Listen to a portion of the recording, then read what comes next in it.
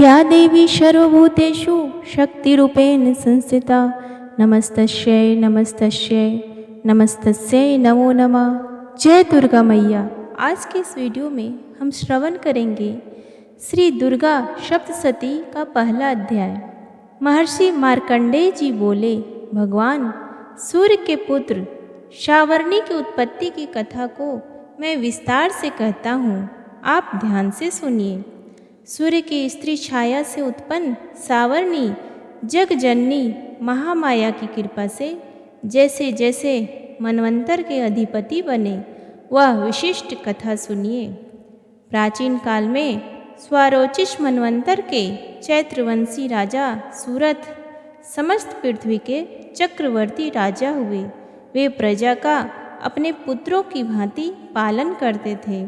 यवन राजाओं से राजा सूरथ की शत्रुता हो गई।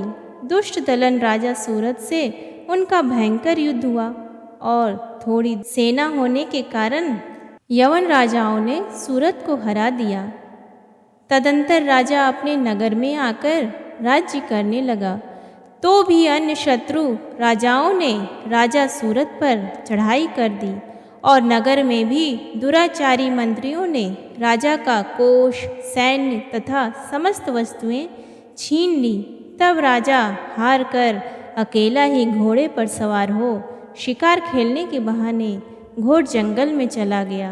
वहाँ उन्होंने महर्षि मेधा का सुंदर आश्रम देखा, जो अहिंसक सिंह आदि पशुओं तथा शिष्यों और मुनियों से सुशोभित था। वहाँ बैठे हुए महर्षि मेधा को राजा सूरथ ने नमस्कार किया और मुनि से उचित सत्कार पाकर उसी आश्रम में रहने लगा। कुछ काल के बाद फिर वह अपने राज्य तथा प्रजा की चिंता विचारने लगा कि जिस राज्य को मेरे पूर्वजों ने भली भांति चलाया और प्रजा का पालन किया, वह आज मुझसे दूर चला गया। वे दुष्ट मंत्री राज्य का पालन धर्म नीति के अनुसार कर रहे होंगे या नहीं, और मेरा मुख्य हाथी भी दुश्मनों के वश में हो जाने से क्या क्या कष्ट भोगता होगा। जो आज्ञाकारी नौकर नित्य प्रसन्नता से धन और भोजन प्राप्त करते थे, अब उन दुष्ट राजाओं के आश्रय में रहकर कष्ट पाते होंगे। मंत्री राज्य के धन को कुमार्ग में व्यर्थ ही अपव्यय करते होंगे। जो धन मेरे पूर्वजों ने बड़े कष्ट से संग्रह किया था, सो नष्ट हो गया होगा। इस प्रकार वह राजा राज्य की सभी बातों की चिंता करने लगा। कुछ समय पश्चात एक दिन आश्रम के समीप एक वैश्य को आते देखा, तो राजा ने उससे पूछा कि अरे भाई, तुम कौन हो और यहाँ क्यों आए हो? तुम्हारा मलिन मुख शोक युक्त क्यों दिखाई देता है? इस प्रकार राजा सूरथ की बातों को सुनकर उस समाधि नाम के वैश्य ने राजा सूरथ से कहा कि हे राजन, मैं समाधि नाम का एक वैश्य हूँ। मेरा जन्म धनवान कुल में हुआ है। मेरे दुष्ट स्त्री व पुत्र आदि ने मुझे धन के लोभ से घर से निकाल दिया है और मेरा धन छीन लिया है। मैं धन, स्त्री, पुत्र से रहित हूँ। अब अकेला दुखी होकर इस वन में आया हूँ। मुझे अपने स्त्री एवं बंधुओं का कुछ पता नहीं। मैं यहाँ रहने के कारण अपनी स्त्री, पुत्र तथा स्वजनों की परिस्थिति को नहीं जानता कि वे इस समय अपने स्थान पर सुखी हैं या दुखी। मैं यह भी नहीं जानता कि मेरे पुत्र सुखी हैं या दुखी। मैं यह भी नहीं जानता कि मेरे पुत्र सदाचारी हैं या व्यभिचारी। राजा बोला, जिन स्त्री पुत्र आदि ने तेरी धन संपत्ति को छीन लिया है, फिर उन्हीं के स्नेह में तेरा मन क्यों जाता है? वैश्य बोला, आपने मेरे विषय में जो बातें कही वे वास्तव में सत्य हैं, परंतु मैं क्या करूं? चित्त में कठोरता उत्पन्न नहीं होती। जिन पुत्रादि ने धन के लोभ में आकर मुझे घर से निकाल दिया है, मेरा चित्त फिर भी उन्हीं में आसक्त होता है। मैं क्या करूं? इन स्वजनों के निर्मोही होने पर भी मेरे मन में उनके प्रति प्रेम है। मार्कंडेय ऋषि बोले, हे द्विज श्रेष्ठ। तत्पश्चात राजा सूरथ और समाधि वैश्य दोनों मिलकर मेधा मुनि के समीप जाकर के बैठ गए और मेधा ऋषि से कथा प्रसंग करने लगी। राजा बोला, हे भगवान, मैं आपसे एक बात पूछना चाहता हूँ, आप कृपा करके बताओ। हे महाराज, मेरा मन वश में नहीं है, इससे मुझे दुख है। गए हुए राज्य तथा अन्य सभी स्त्री पुत्र बांधवों की ममता मुझे अभी तक बनी हुई है। हे मुनिश्रेष्ठ, यह जानते हुए भी कि मेरा स्नेह उनसे यज्ञानियों की भांति विशेष बढ़ता जाता है और इस समाधि वैश्य को इसके स्त्री पुत्रादि ने त्याग दिया है तथा इसे घर से बाहर निकाल दिया है, यह भी उनमें अत्यंत आसक्त रहता है। इसी तरह हम दोनों बहुत दुखी हैं। हे महाभाग, उनके दोषों को जानते हुए भी हम दोनों का हृदय उनके प्रति ममता में आसक्त रहता है। इतना ज्ञान होते हुए भी ऐसी ममता क्यों है? हम दोनों को अज्ञानियों की भांति मूढ़ता क्यों उत्पन्न हो रही है? महर्षि मेधा ने कहा, समस्त जंतुओं को जानने योग्य ज्ञान होता है। हे महाभाग, सभी प्राणी पृथक पृथक होते हैं। कोई दिन में नहीं देखते तो कोई रात्रि में नहीं देखते और कोई दिन रात्रि समान दृष्टि से देखते हैं। पुरुष ज्ञान युक्त है, यह सत्य है, इसमें संदेह नहीं। केवल इसमें ही नहीं, सभी पशु पक्षी मृगादि में भी मनुष्य की भांति ही ज्ञान होता है। यह स्थूल ज्ञान होता है। जैसे मनुष्यों में आहार आदि की इच्छा उत्पन्न होती है, वैसे ही पशु पक्षी आदि में आहार विहार निद्रा और मैथुन आदि की इच्छा उत्पन्न होती है। ज्ञान होने पर भी पक्षियों को तो देखो, भूखे होने पर भी ममतावश अपने बच्चों को चोंच में स्नेह से चूगा देकर प्रसन्न होते हैं। हे राजन, मनुष्य भी अपने पुत्र पौत्रों से इसी भांति बर्ताव करते हैं। वह पालन पोषण इस इच्छा से करते हैं कि जब हमारी वृद्धावस्था आएगी तब हमारा पालन पोषण वे करेंगे। क्या तुम यह नहीं देखते कि पुत्रादि उनका भरण पोषण ना भी करे तो भी माता पिता तो करते ही हैं, क्योंकि विश्व की स्थिति को रखने वाली महामाया के प्रभाव से वे मोह के गड्ढे में डाल दिए गए हैं। इसमें कोई आश्चर्य नहीं है, क्योंकि यह भगवान विष्णु की योग निद्रा है जिससे संसार मोहित हो जाता है। यही भगवान की महामाया है। वह भगवती देवी बड़े बड़े ज्ञानियों के चित्त को जबरदस्ती खींचकर मोह में डाल देती है। इस देवी ने ही चराचर विश्व को उत्पन्न किया है और यह देवी प्रसन्न होकर भक्तों को वरदान देती है जिससे मुक्ति मिलती है। वही मुक्ति की परम हेतु सनातनी ब्रह्म ज्ञान स्वरूपा विद्या है। राजा बोला, हे भगवान, आप जिसे महामाया कहते हैं वह कौन सी देवी है? वह देवी कैसे उत्पन्न हुई और उसका कार्य क्या है? उसका स्वभाव स्वरूप उत्पत्ति आदि के विषय में भी सुनना चाहता हूँ, सो आप सभी वृत्तांत मुझे सुनाइए। ऋषि ने कहा, वह देवी नित्य है और चराचर में व्याप्त है, तथापि उसकी उत्पत्ति अनेक भांति से है। उस कथा को तुम मुझसे सुनो। यह भगवती देवताओं की कार्य सिद्धि के लिए उत्पन्न होती है और अजन्मा होकर भी उत्पन्ना कहलाती है। जब भगवान विष्णु संपूर्ण विश्व को त्याग अनंत में जल ही जल करके योग निद्रा में शेष शैया पर शयन कर रहे थे, उस समय विख्यात मधु और कैटव नाम के दो घोर असुर भगवान विष्णु के कान की मैल से पैदा होकर ब्रह्मा जी को मारने को तैयार हुए। ब्रह्मा जी विष्णु भगवान के नाभि कमल पर स्थित थे।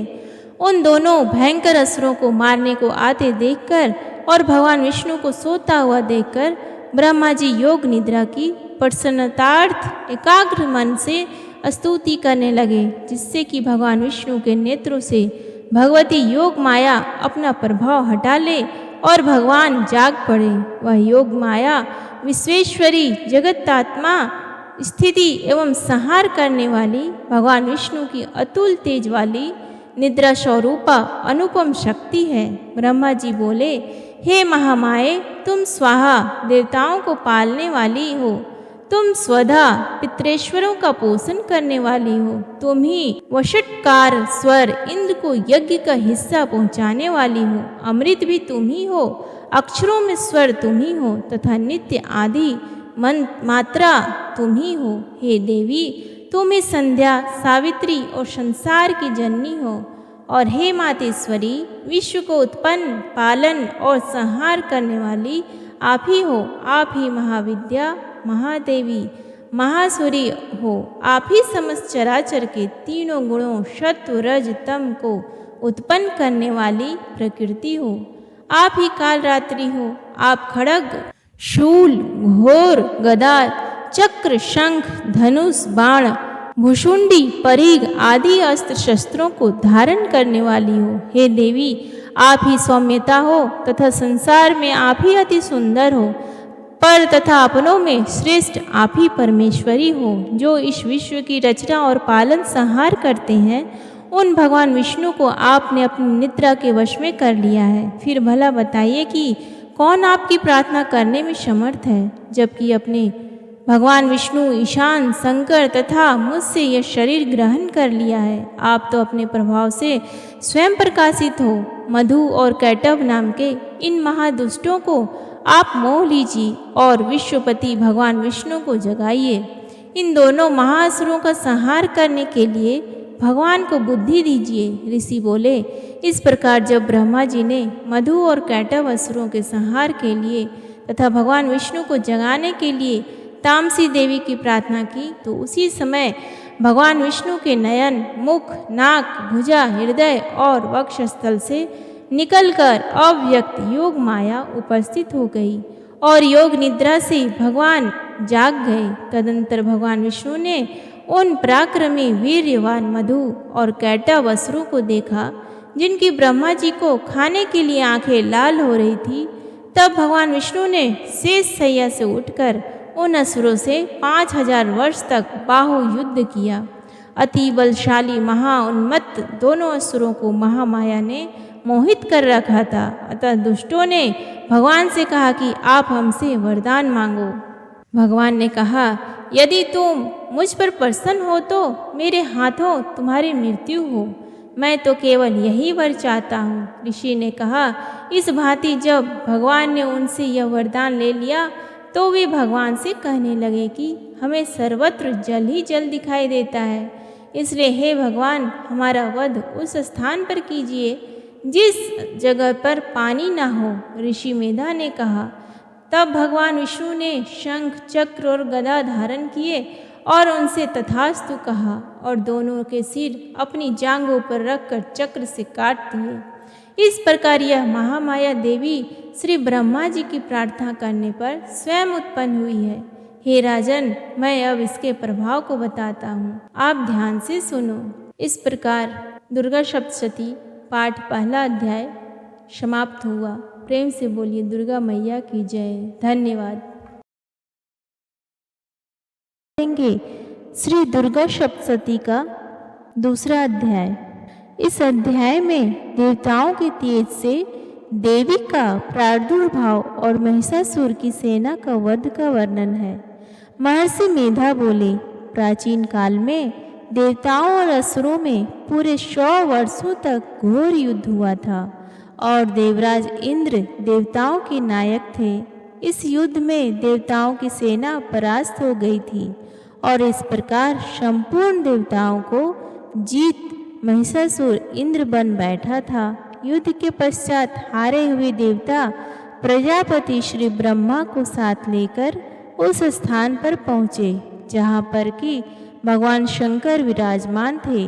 देवताओं ने अपनी हार का सारा वृत्तांत भगवान श्री विष्णु और शंकर जी से कह सुनाया।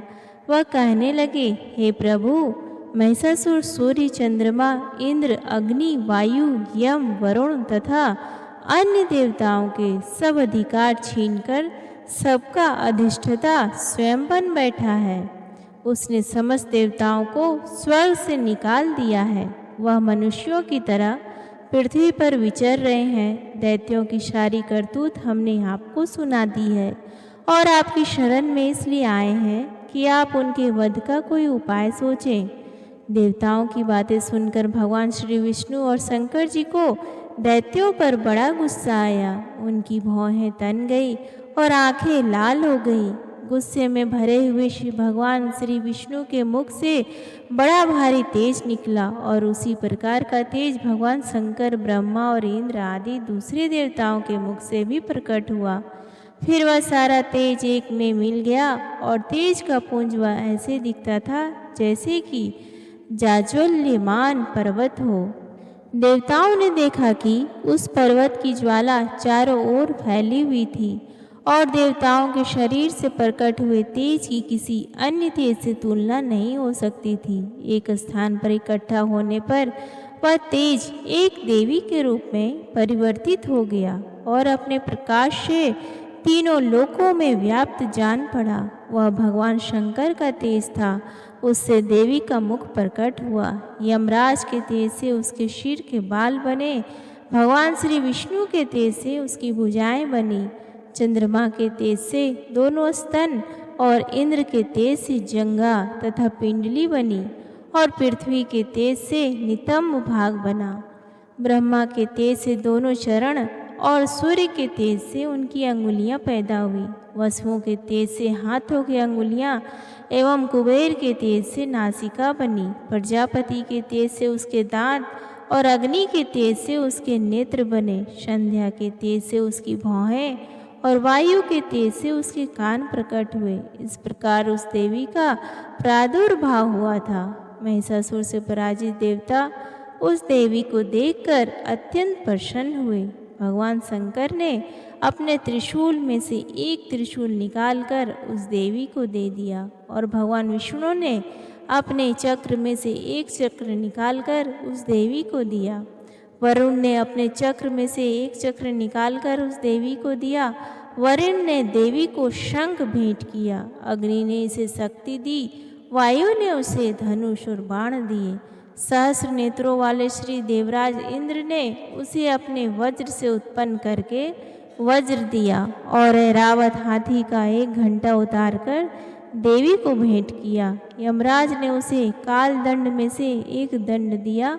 वरुण ने उसे पाश दिया। प्रजापति ने उस देवी को स्फटिक की माला दी और ब्रह्मा जी ने उसे कमंडलू दिया। सूर्य ने देवी ने समस्त रोमों में अपनी किरणों का तेज भर दिया। काल ने उसे चमकती हुई ढाल और तलवार दी और उज्जवल हार और दिव्य वस्त्र उसे भेंट किए और इनके साथ ही उसने दिव्य चूड़ामणि दी। 2 कुंडल, कंकण, उज्जवल अर्धचंद्र, बाहों के लिए बाजूबंद, चरणों के लिए नुपुर, गले के लिए सुंदर हंसली और अंगुलियों के लिए रत्नों की बनी हुई अंगूठियां उसे दी। विश्वकर्मा ने उसको फरसा दिया और उसके साथ ही कई प्रकार के अस्त्र और अमेध्य कवच दिए और इसके अतिरिक्त उसने कभी न कुंभलाने वाले सुंदर कमलों की मालाएं भेंट की।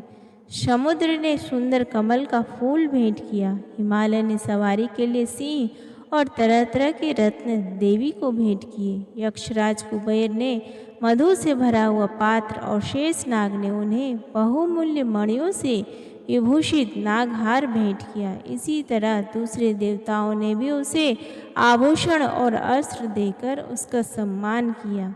इसके पश्चात देवी ने उच्च स्वर से गर्जना की।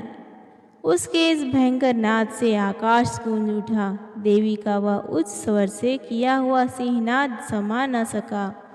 आकाश उनके सामने छोटा प्रतीत होने लगा। उससे बड़े जोर की प्रतिध्वनि हुई जिससे समस्त विश्व में हलचल मच गई और समुद्र कांप उठे। पृथ्वी डोलने लगी और सब के सब पर्वत हिलने लगे। देवताओं ने उस समय प्रसन्न को सिंह वाहिनी जगतमय देवी से कहा, देवी तुम्हारी जय हो। इसके साथ महर्षियों ने भक्ति भाव से विनम्र होकर उनकी स्तुति की। संपूर्ण त्रिलोकों को शोक में मग्न देखकर दैत्यगण अपनी सेनाओं को साथ लेकर और हथियार आदि सजाकर उठ खड़े हुए। महिषासुर के क्रोध की कोई सीमा नहीं थी। उसने क्रोध में भरकर कहा, यह सब क्या उत्पात है। फिर वह अपनी सेना के साथ उस ओर दौड़ जिस ओर से भयंकर नाद का शब्द सुनाई दिया था और आगे पहुंचकर उसने देवी को देखा जो कि अपनी प्रभा से तीनों लोगों को प्रकाशित कर रही थी। उसके चरणों के भार से पृथ्वी दबी जा रही थी। माथे के मुकुट से आकाश में एक रेखा सी बन रही थी और उसके धनुष की टंकोर से सब लोग क्षुब्ध हो रहे थे। देवी अपनी सहस्रों भुजाओं को संपूर्ण दिशाओं में फैलाए खड़ी थी। इसके पश्चात उनका दैत्यों के साथ युद्ध छिड़ गया और कई प्रकार के अस्त्र शस्त्रों से सबकी सब दिशाएं उद्घासित हो रहने लगी। महिषासुर की सेना का सेनापति चिच्चूर नामक एक महान असुर था। वह आगे बढ़कर देवी के साथ युद्ध करने लगा और दूसरे दैत्यों की चतुरंगणी सेना साथ लेकर चामर भी लड़ने लगा और 60,000 महारथियों को साथ लेकर उदग्र नामक महादैत्य आकर युद्ध करने लगा और महाहनु नामक असुर 1 करोड़ रथियों को लेकर असिलोमा नामक असुर 5 करोड़ सैनिकों को साथ लेकर युद्ध करने लगा। वाशकल नामक असुर 60 लाख असुरों के साथ युद्ध में आ डटा। विडाल नामक असुर 1 करोड़ रथियों सहित लड़ने को तैयार था। इन सब के अतिरिक्त और भी हजारों असुर हाथी और घोड़े साथ लेकर लड़ने लगे और इनके सब के पश्चात महिषासुर करोड़ों रथों, हाथियों और घोड़ों सहित वहां आकर देवी के साथ लड़ने लगा। सभी असुर तोमर, भिंदीपाल, शक्ति, मूसल, खड़गों, फर्शों, पट्टियों के साथ रणभूमि में देवी के साथ युद्ध करने लगे। कई शक्तियां फेंकने लगे और कोई अन्य शस्त्रादि। इसके पश्चात सब के सब दैत्य अपनी अपनी तलवारें हाथों में लेकर देवी की ओर दौड़े और उसे मार डालने का उद्योग करने लगे। मगर देवी के क्रोध में भरकर खेल ही खेल में उनके सब अस्त्र शस्त्रों को काट दिया। इसके पश्चात ऋषियों और देवताओं ने देवी की स्तुति आरंभ कर दी और वह प्रसन्न होकर असुरों के शरीर पर अस्त्र शस्त्रों की वर्षा करती रही। देवी का वाहन भी क्रोध में भरकर दैत्य सेना में इस प्रकार विचरने लगा जैसे कि वन में दावानल फैल रहा हो। युद्ध करती हुई देवी ने क्रोध में भर जितने श्वासों को छोड़ा वह तुरंत ही सैकड़ों हजारों गणों के रूप में परिवर्तित हो गए। फर से भिंदीपाल, खड़ग तथा पट्टिश इत्यादि अस्त्रों के साथ दैत्यों से युद्ध करने लगे। देवी की शक्ति से बड़े हुए वह गण दैत्यों का नाश करते हुए ढोल, शंख व मृदंग आदि बजा रहे थे। तदंतर देवी ने त्रिशूल, गदा, शक्ति, खड़ग इत्यादि से सहस्रों असुरों को मार डाला। कितनों को घंटे की भयंकर आवाज से ही यमलोक पहुंचा दिया। कितने ही असुरों को उसने पास से बांधकर पृथ्वी पर धर घसीटा। कितनों को अपनी तलवार से टुकड़े टुकड़े कर दिए और कितनों को गदा की चोट से धरती पर सुला दिया। कई दैत्य मुसल की मार से घायल होकर रक्त वमन करने लगे और कई शूल से छाती फट जाने के कारण पृथ्वी पर लेट गए और कितनों की बाण से कमर टूट गई। देवताओं को पीड़ा देने वाले दैत्य कट कट कर मरने लगे। कितनों की बाहें अलग हो गई, कितनों की ग्रीवाएं कट गई, कितनों के सिर कट कर दूर भूमि पर लुढ़क गए, कितनों के शरीर में बीच में से कट गए और कितनों की जंघाएं कट गई और वह पृथ्वी पर गिर पड़े। कितने ही सिरों व पैरों के कटने पर भी भूमि पर से उठ खड़े हुए और शस्त्र हाथ में लेकर देवी से लड़ने लगे।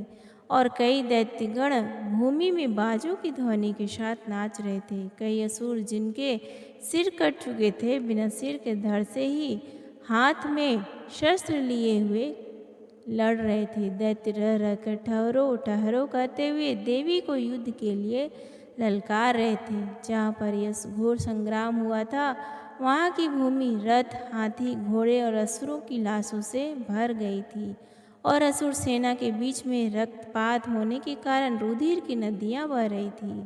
और इस तरह देवी ने असुरों की विशाल सेना को क्षण भर में इस तरह से नष्ट कर डाला जैसे तृणकाष्ठ के बड़े समूह को अग्नि नष्ट कर डालती है। और देवी का सिंह भी गर्दन के बालों को हिलाता हुआ और बड़ा शब्द करता हुआ असुरों के शरीरों से मानो उनके प्राणों को ढूंढ रहा था। वहाँ देवी के गणों ने जब दैत्यों के साथ युद्ध किया तो देवताओं ने प्रसन्न होकर आकाश से उन पर पुष्प वर्षा की। इस प्रकार दुर्गा सप्तती का दूसरा अध्याय समाप्त हुआ। प्रेम से बोलिए दुर्गा मैया की जय। धन्यवाद। सुनेंगे श्री दुर्गा सप्तती का तीसरा अध्याय। वीडियो शुरू करने से पहले आप सभी भक्तगणों से विनम्र निवेदन है कि कृपया करके वीडियो संपूर्ण सुनें। वीडियो पसंद आए तो इसे लाइक करें, शेयर करें और चैनल पर नए हैं तो सब्सक्राइब करें। वीडियो के अंत में जय माता दी लिखना ना भूलें। तीसरे अध्याय में सेनापतियों सहित महिषासुर का वध का वर्णन है। महर्षि मेधा ने कहा, महिषासुर की सेना नष्ट होती देखकर उस सेना का सेनापति चिक्षुर क्रोध में भर देवी के साथ युद्ध करने के लिए आगे बढ़ा। वह देवी पर इस प्रकार बाणों की वर्षा करने लगा मानो सुमेरु पर्वत पानी की धार बरसा रहा हो। इस प्रकार देवी ने अपने बाणों से उसके बाणों को काट डाला तथा उसके घोड़ों व सारथी को मार दिया। साथ ही उसके धनुष और उसकी अत्यंत ऊंची ध्वजा को भी काटकर नीचे गिरा दिया। उसका धनुष कट जाने के पश्चात उसके शरीर के अंगों को भी अपने बाणों से बीन दिया। धनुष, घोड़ों और सारथी के नष्ट हो जाने पर वह असुर ढाल और तलवार लेकर देवी की तरफ आया। उसने अपने तीक्ष्ण धार वाली तलवार से देवी के सिंह के मस्तक पर प्रहार किया और बड़े वेग से देवी की बाईं भुजा पर वार किया, किंतु देवी की बाईं भुजा को छूते ही उस दैत्य की तलवार टूटकर 2 टुकड़े हो गई। इसे दैत्य ने क्रोध में भरकर शूल हाथ में लिया और उसे भद्रकाली देवी की ओर फेंका। देवी की ओर आता हुआ वह शूल आकाश से गिरते हुए सूर्य के समान प्रज्वलित हो उठा। उस शूल को अपनी ओर आते हुए देखकर देवी ने भी शूल छोड़ा और महाअसुर के शूल के 100 टुकड़े कर दिए और साथ ही महाअसुर के प्राण भी हर लिए। चिक्षुर को मरने पर देवताओं को दुख देने वाला चामर नामक दैत्य हाथी पर सवार होकर देवी से लड़ने के लिए आया और उसने आने के साथ ही शक्ति से प्रहार किया, किंतु देवी ने अपने हुंकार से ही उसे तोड़कर पृथ्वी पर डाल दिया।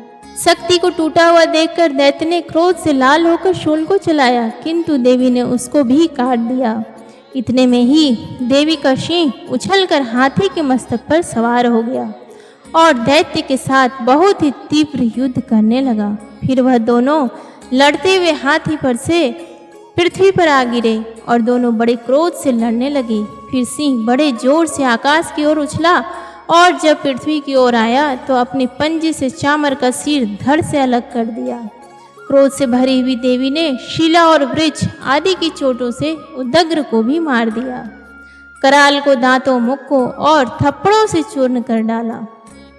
क्रुद्ध हुई देवी ने गदा के प्रहार से उद्यत दैत्य को मार गिराया।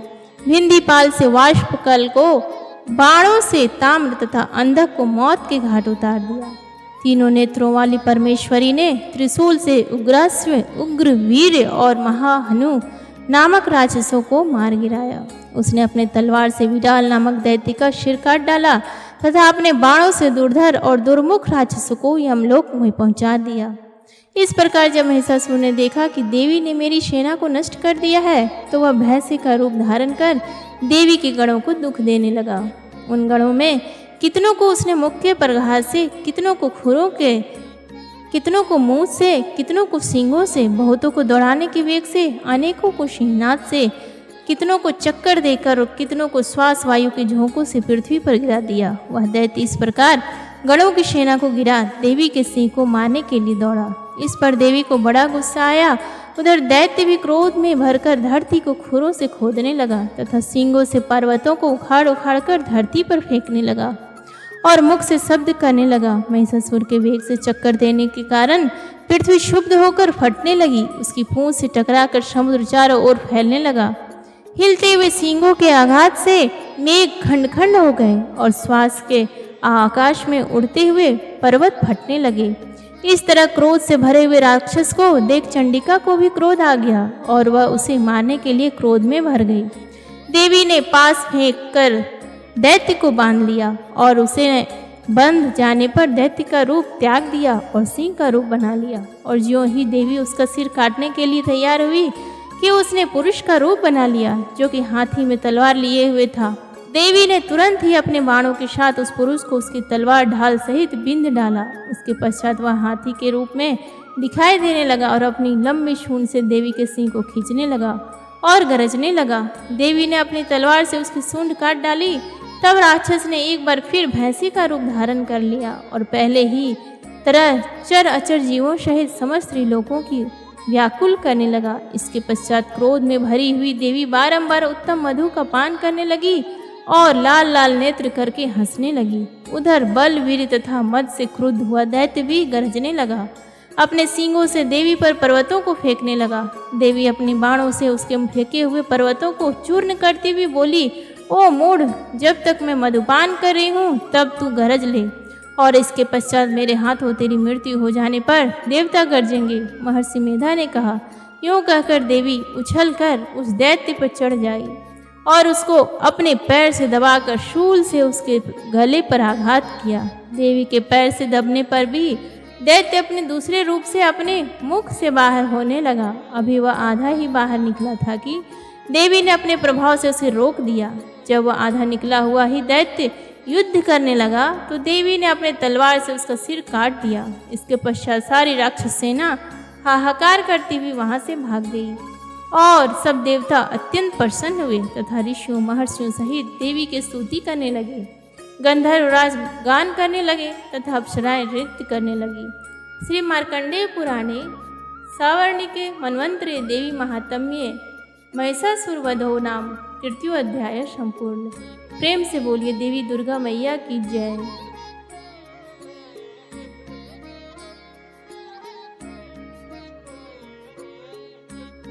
दुर्गा सप्तशती का अध्याय 4, जिसमें इंद्रादि देवताओं द्वारा देवी की स्तुति की गई है।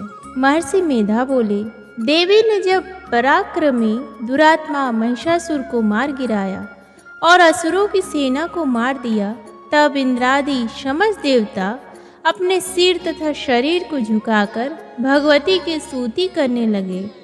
जिस देवी ने अपनी शक्ति से यह जगत व्याप्त किया है और जो संपूर्ण देवताओं तथा महर्षियों की पूजनीय है, उस अंबिका को हम भक्ति पूर्वक नमस्कार करते हैं। वह हम सबका कल्याण करे।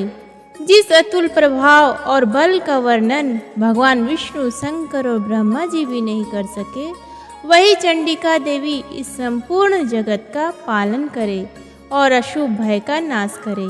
पुण्यात्माओं के घरों में तुम स्वयं लक्ष्मी रूप हो और पापियों के घरों में तुम अलक्ष्मी रूप हो, और सत्कुल में उत्पन्न होने वालों के लिए तुम लज्जा रूप होकर उनके घरों में निवास करती हो। हम दुर्गा भगवती को नमस्कार करते हैं।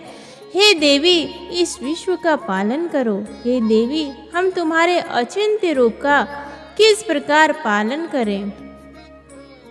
असुरों का नाश करने वाले भारी पराक्रम तथा समस्त देवताओं और दैत्यों के विषय में जो तुम्हारे पवित्र चरित्र हैं, उनका हम किस प्रकार वर्णन करें।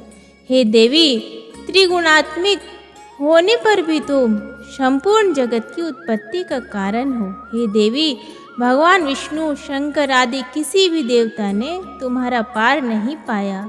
तुम सबकी आश्रय हो। यह संपूर्ण जगत तुम्हारा ही अंश रूप है, क्योंकि तुम सबकी आदिभूत प्रकृति हो।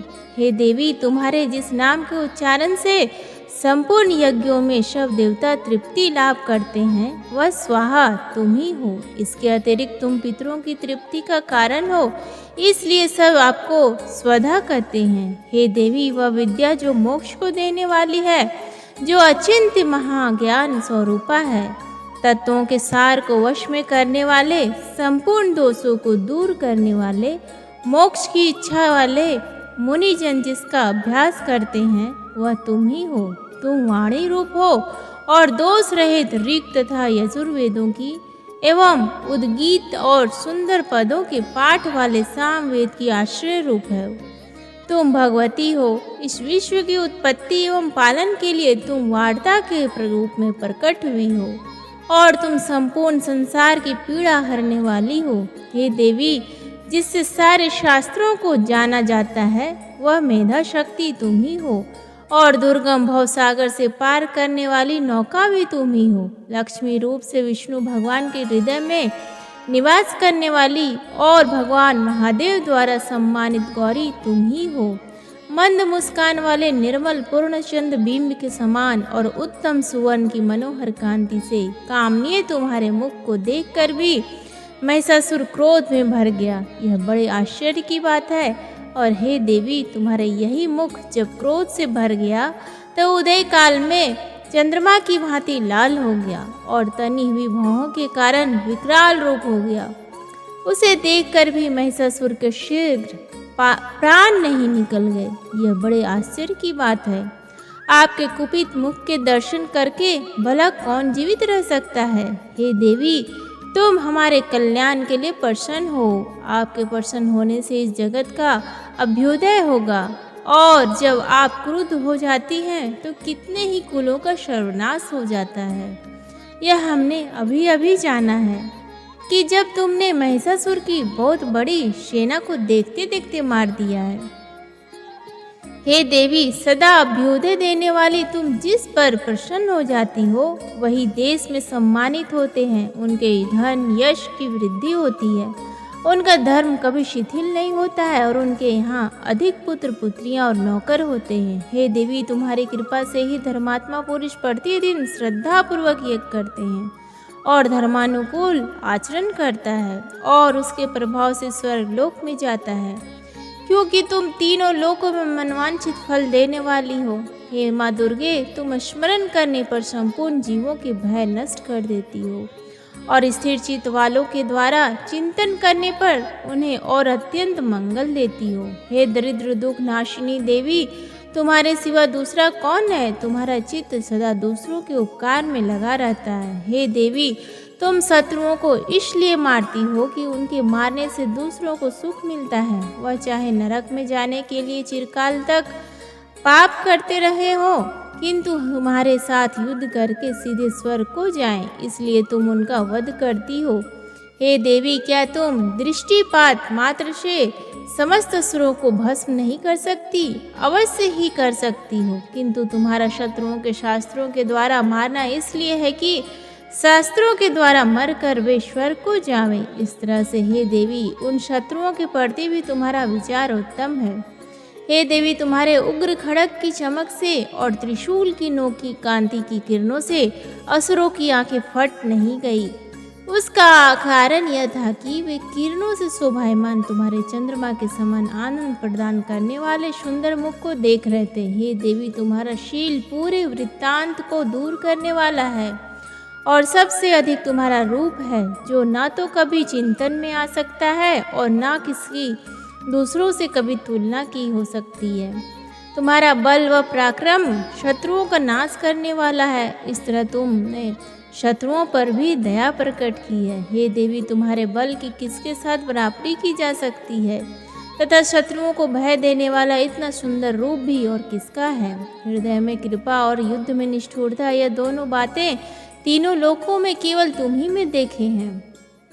हे माता, युद्ध भूमि में शत्रुओं को मारकर तुमने उन्हें स्वर्गलोक में पहुंचाया है। इस तरह तीनों लोकों की तुमने रक्षा की है तथा उन उन्मत्त असुरों से जो हमें भय था उसको भी तुमने दूर किया है। तुमको हमारा नमस्कार है। हे देवी, तुम शूल तथा खड़ग से हमारी रक्षा करो तथा घंटे की ध्वनि और धनुष की टंकारों से भी हमारी रक्षा करो। हे चंडिके, आप अपने शूल को घुमाकर पूर्व पश्चिम उत्तर तथा दक्षिण दिशा में हमारी रक्षा करो। तीनों लोकों में जो तुम्हारे सौम्य रूप है तथा घोर रूप है उनसे हमारी रक्षा करो तथा इस पृथ्वी की रक्षा करो। हे अंबिके, आपके कर पल्लवों में जो खड़ग शूल और गदा आदि शास्त्र शोभा पा रहे हैं उनसे हमारी रक्षा करो। महर्षि बोले कि इस प्रकार जब देवताओं ने जगत माता भगवती की स्तुति की और नंदवन के पुष्पों तथा गंध अनुलेपों द्वारा उनका पूजन किया और फिर सब ने मिलकर जब सुगंधित व दिव्य धूपों द्वारा उनको सुगंधित निवेदन की, तब देवी ने प्रसन्न होकर कहा, हे देवताओं, तुम सब मुझसे मनवांछित वर मांगो। देवता बोले, हे भगवती, तुमने हमारा सब कुछ कार्य कर दिया, अब हमारे लिए कुछ भी मांगना बाकी नहीं रहा, क्योंकि तुमने हमारे शत्रु महिषासुर को मार डाला है। हे महेश्वरी, तुम इस पर भी यदि हमें कोई वर देना चाहती हो तो बस इतना वर दोगी, जब जब हम आपका स्मरण करें तब तब आप हमारी विपत्तियों को हरण करने के लिए हमें दर्शन दिया करो। हे अंबिके, जो कोई भी तुम्हारी स्तुति करे तुम उनको वित्त समृद्धि और वैभव देने के साथ ही उनके धन और स्त्री आदि संपत्ति बढ़ावे और सदा हम पर प्रसन्न रहे। महर्षि बोले, हे राजन, देवताओं ने जब जगत के लिए तथा अपने लिए इस प्रकार प्रश्न किया तो बस तथास्तु कहकर देवी अंतर्ध्यान हो गई। हे वो भूप, जिस प्रकार तीनों लोकों का हित चाहने वाली यह भगवती देवताओं के शरीर से उत्पन्न हुई थी, वह सारा वृत्तांत मैंने तुझसे कह दिया। और इसके पश्चात दुष्ट असुरों तथा शुंभ निशुंभ का वध करने और सब लोगों की रक्षा करने के लिए जिस प्रकार गौरी देवी के शरीर से उत्पन्न हुई थी, वह सारा वृत्तांत मैं यथावत वर्णन करता हूँ। प्रेम से बोलिए माता गौरी की जय। धन्यवाद। सप्तशती का 5वां अध्याय। इस अध्याय में देवताओं द्वारा देवी की स्तुति, चंड मुंड के मुख से अंबिका के रूप की प्रशंसा सुनकर शुंभ का उनके पास दूत भेजना और दूत का निराश लौटने का वर्णन है। वीडियो शुरू करने से पहले आप सभी भक्तगणों से करुण निवेदन है कि कृपया वीडियो को संपूर्ण सुने। वीडियो पसंद आए तो लाइक करें, शेयर करें और वीडियो के अंत में जय माता दी लिखना ना भूलें।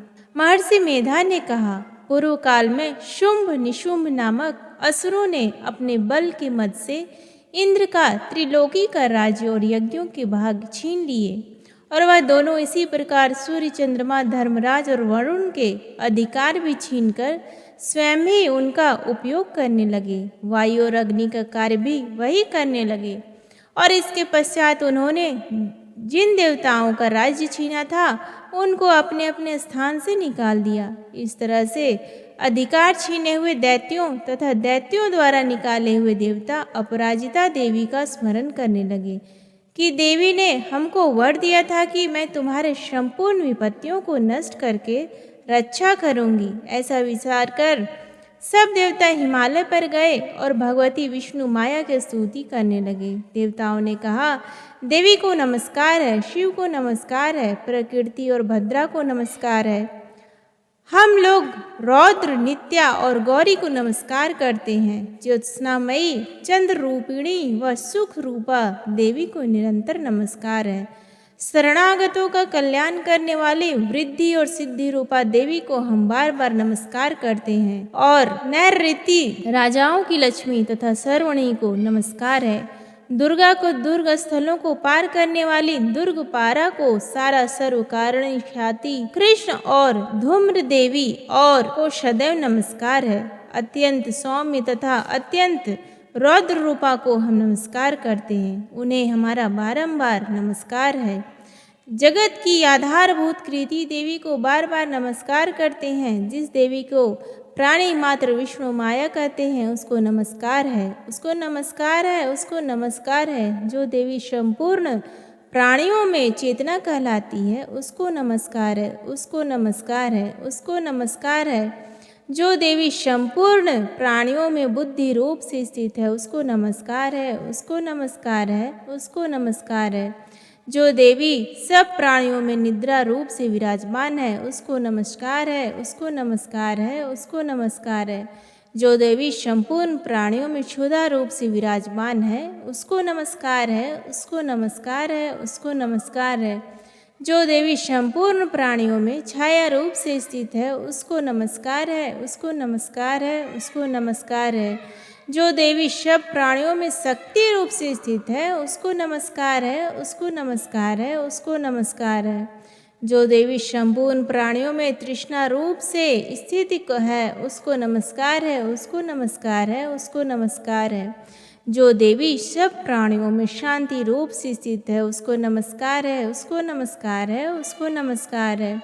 जो देवी सब प्राणियों में जाति रूप से स्थित है उसको नमस्कार है, उसको नमस्कार है, उसको नमस्कार है। जो देवी सब प्राणियों में लज्जा रूप से स्थित है उसको नमस्कार है, उसको नमस्कार है, उसको नमस्कार है। जो देवी संपूर्ण प्राणियों में श्रद्धा रूप से स्थित है उसको नमस्कार है। जो देवी संपूर्ण प्राणियों में कांति रूप से स्थित है, जो देवी सब प्राणियों में लक्ष्मी रूप से स्थित है उसको नमस्कार है। जो देवी संपूर्ण प्राणियों में वृत्ति रूप से स्थित है उसको नमस्कार है।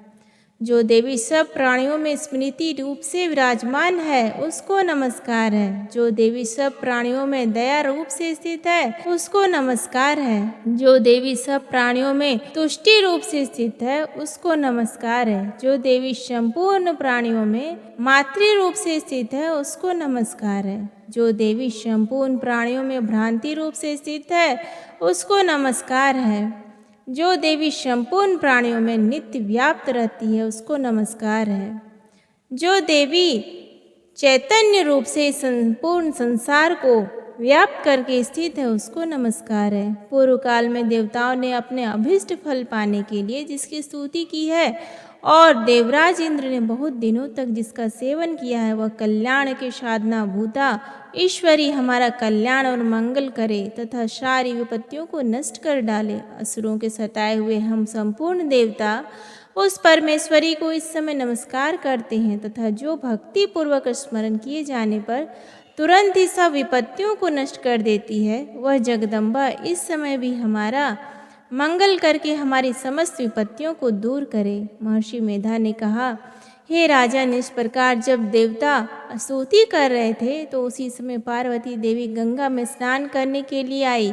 तब उनके शरीर से प्रकट होकर शिवा देवी बोली, शुंभ दैत्य के द्वारा स्वर से निकले हुए और निशुंभ से हारे हुए यह देवता मेरी स्तुति कर रहे हैं। पार्वती के शरीर से अंबिका निकली थी, इसलिए उसको संपूर्ण लोक में कौशिकी कहते हैं। कौशिकी के प्रकट होने के पश्चात पार्वती देवी के शरीर का रंग काला हो गया और वह हिमालय पर रहने वाली कालिका देवी के नाम से प्रसिद्ध हुई। फिर शुंभ और निशुंभ के दूत चंडमुंड वहां आए और उन्होंने परम मनोहर रूप वाले अंबिका देवी को देखा। फिर वह शुंभ के पास जाकर बोले, महाराज, एक अत्यंत सुंदर स्त्री हिमालय को प्रकाशित कर रही है। वैसा रंग रूप आज तक हमने किसी स्त्री में नहीं देखा है। हे असुरेश्वरी, आप यह सब पता लगाएं कि वह कौन है और उसको ग्रहण कर लें। वह स्त्री स्त्रियों में रत्न है। वह अपनी कांति से 10 दिशाओं को प्रकाशित करती हुई वहाँ स्थित है, इसलिए आपका उसको देखना उचित है। हे प्रभु, तीनों लोकों के हाथी, घोड़े और मणि इत्यादि जितने रत्न हैं वह सब इस समय आपके घर में शोभायमान है। हाथियों में रत्न रूप ऐरावत हाथी और उच्चैश्रवा नामक घोड़ा तो आप इंद्र से ले आए हैं। हंसों द्वारा जुता हुआ विमान जो कि ब्रह्मा जी के पास था अब आपके पास है, और यह महापद्य नामक खजाना आपके कुबेर से छीना है। समुद्र ने आपको सदा खिले हुए फूलों की किंजलकिनी नामक माला दी है। वरुण का कंचन की वर्षा करने वाला छत्र आपके पास है। रथों में श्रेष्ठ प्रजापति का रथ भी आपके पास ही है। हे दैत्येंद्र, मृत्यु से उत्क्रांति नामक शक्ति भी आपने छीन ली है और वरुण का पास भी आपके भ्राता निशुंभ के अधिकार में है।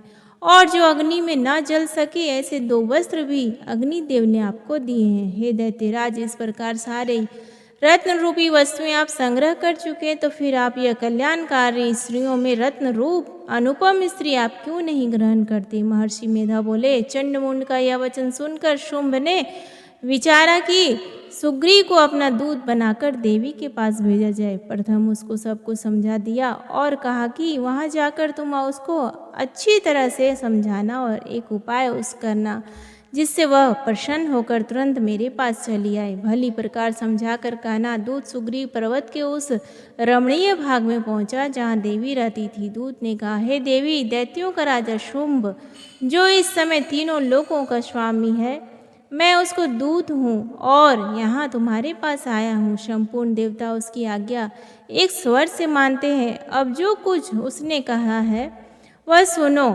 उसने कहा है, इस समय संपूर्ण त्रिलोकी में मेरे वश में है और संपूर्ण यज्ञों के भाग को पृथक पृथक मैं ही लेता हूँ और तीनों लोकों में जितने श्रेष्ठ रत्न हैं वह सब मेरे पास है। देवराज इंद्र का वाहन ऐरावत मेरे पास है जो मैंने छीन लिया है। उच्चैश्रवा नामक घोड़ा जो कि क्षीर सागर मंथन करने से प्रकट हुआ था उन देवताओं ने मुझे समर्पित किया है। हे सुंदरी, इनके अतिरिक्त और भी जो रत्न आभूषण पदार्थ देवताओं के पास थे वह सब मेरे पास है। हे देवी, मैं तुम्हें संसार की स्त्रियों में रत्न मानता हूँ क्योंकि रत्नों का उपभोग करने वाला मैं ही हूँ। हे चंचल कटाओं वाली सुंदरी, अब यह मैं तुझ पर छोड़ता हूँ कि तू मेरे या मेरे भाई महापराक्रमी निशुंभ की सेवा में आ जाए। यदि तू मेरे वरेगी तो तुझे अतुल महान ऐश्वर्य की प्राप्ति होगी। अतः तुम अपनी बुद्धि से यह विचार कर मेरे पास चली आओ। महर्षि मेधा ने कहा, दूत के ऐसा कहने पर संपूर्ण जगत का कल्याण करने वाली भगवती दुर्गा मन ही मन मुस्कुराई और इस प्रकार कहने लगी, देवी ने कहा, हे दूत, तू जो कुछ कह रहा है वह सत्य है और इसमें किंचित मात्र भी झूठ नहीं है। शुंभ इस समय तीनों लोकों का स्वामी और निशुंभ भी उसी की तरह पराक्रमी है, किंतु इसके संबंध में मैं जो कुछ प्रतिज्ञा कर चुकी हूँ उसे मैं कैसे झुठला सकती हूँ। अतः तू मैंने जो प्रतिज्ञा की है उसे सुन। जो मुझे युद्ध में जीत लेगा और मेरे अभिमान को खंडित करेगा तथा बल में मेरे समान होगा वही मेरा स्वामी होगा। इसलिए शुंभ अथवा निशुंभ यहाँ आवे और युद्ध में जीतकर मुझसे विवाह कर ले। इसमें भला देर ही क्या आवश्यकता। दूत ने कहा, हे देवी, तुम अभिमान में भरी हुई हो, मेरे सामने तुम ऐसी बात ना करो।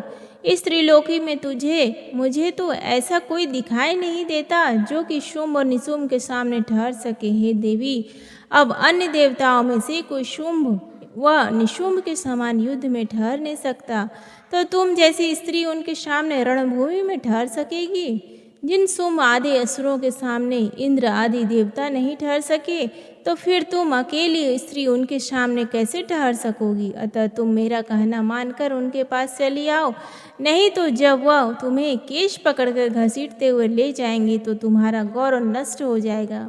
इसलिए मेरी बात मान लो। देवी ने कहा, जो कुछ तुमने कहा ठीक है। शुंभ और निशुंभ बड़े बलवान हैं, लेकिन मैं क्या कर सकती हूँ क्योंकि मैं बिना विचारे प्रतिज्ञा कर चुकी हूँ। इसलिए तुम जाओ और मैंने जो कुछ कहा वह कह दो।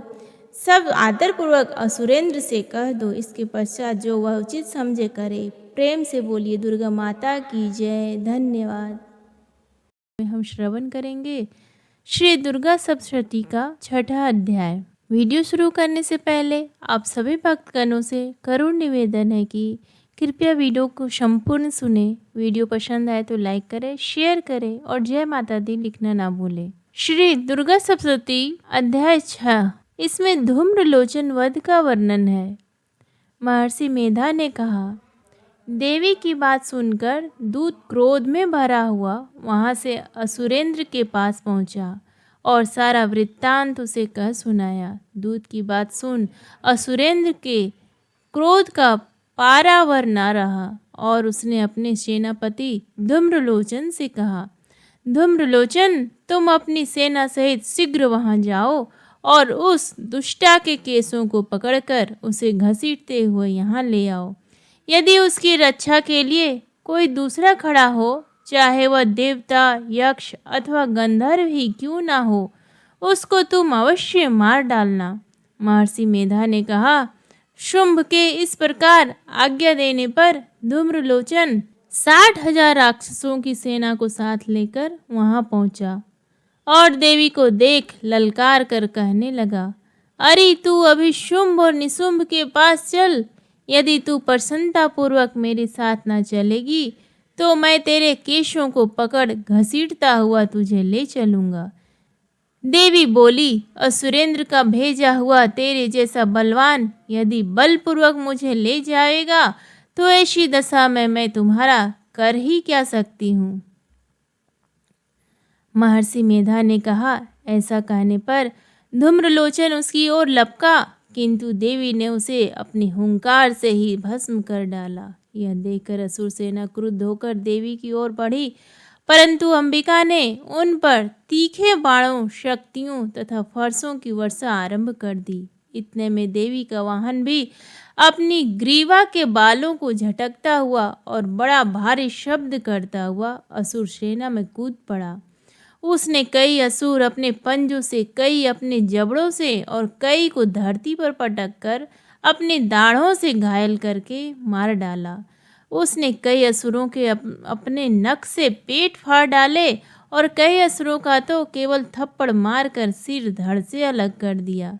कई असुरों की भुजाएं और सिर तोड़ डाले और गर्दन के बालों को हिलाते हुए उसने कई असुरों को पकड़कर उनके पेट फाड़कर उनका रक्त पी डाला। इस प्रकार देवी के उस महाबलवान सिंह ने क्षण भर में असुर सेना को समाप्त कर दिया। शुंभ ने जब यह सुना कि देवी ने धूम्रलोचन असुर को मार डाला है और उसके सिंह ने सारी सेना का संहार कर डाला है, तब उसको बड़ा क्रोध आया। उसके मारे क्रोध के होंठ फड़कने लगे और उसने चंड तथा मुंड नामक महाअसुरों को आज्ञा दी कि हे चंड, हे मुंड, तुम अपने साथ एक बड़ी सेना लेकर वहाँ जाओ और उस देवी के बाल पकड़कर उसे बांधकर तुरंत यहाँ ले आओ।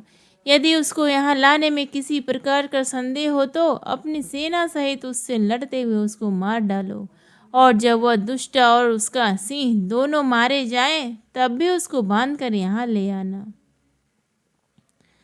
प्रेम से बोलिए माता रानी की जय। आज के इस वीडियो में हम श्रवण करेंगे श्री दुर्गा सप्तशती का 7वां अध्याय। इस अध्याय में चंड और मुंड का वध का वर्णन है।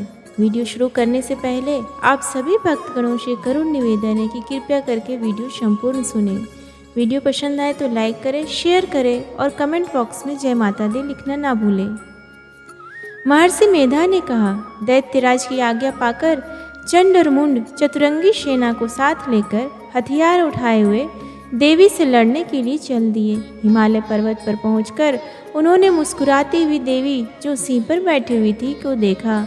जब असुर उनको पकड़ने के लिए तलवारें लेकर उनकी ओर बढ़े तब अंबिका को उन पर बड़ा क्रोध आया और मारे क्रोध के उनका मुख काला पड़ गया।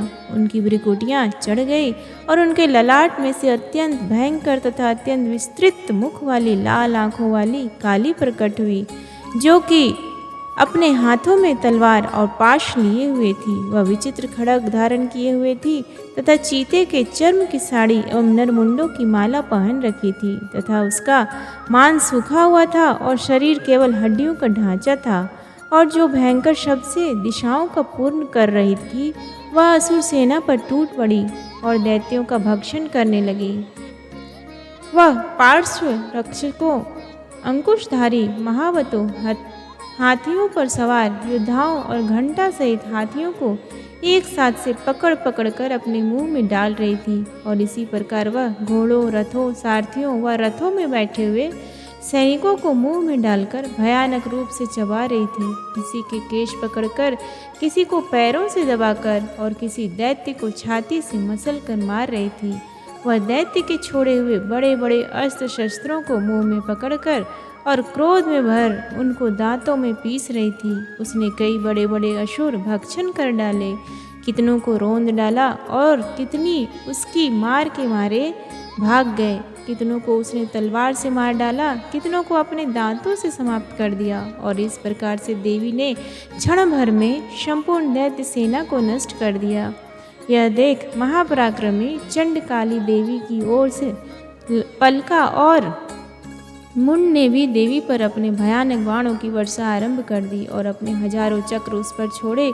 उस समय वह चमकते हुए बाण व चक्र देवी के मुख में प्रविष्ट हुए। इस प्रकार दिख रहे थे जैसे मानो बहुत से सूर्य मेघों की घटा में प्रविष्ट हो रहे हों। इसके पश्चात भयंकर शब्द के साथ काली ने अत्यंत जोश में भरकर विकट अट्टहास किया। उसका भयंकर मुख देखा नहीं जाता था, उसके मुख से श्वेत दांतों की पंक्ति चमक रही थी। फिर उसने तलवार हाथ में लेकर हूँ शब्द कहकर चंड के ऊपर आक्रमण किया और उसके केस पकड़कर उसका सिर काट कर अलग कर दिया।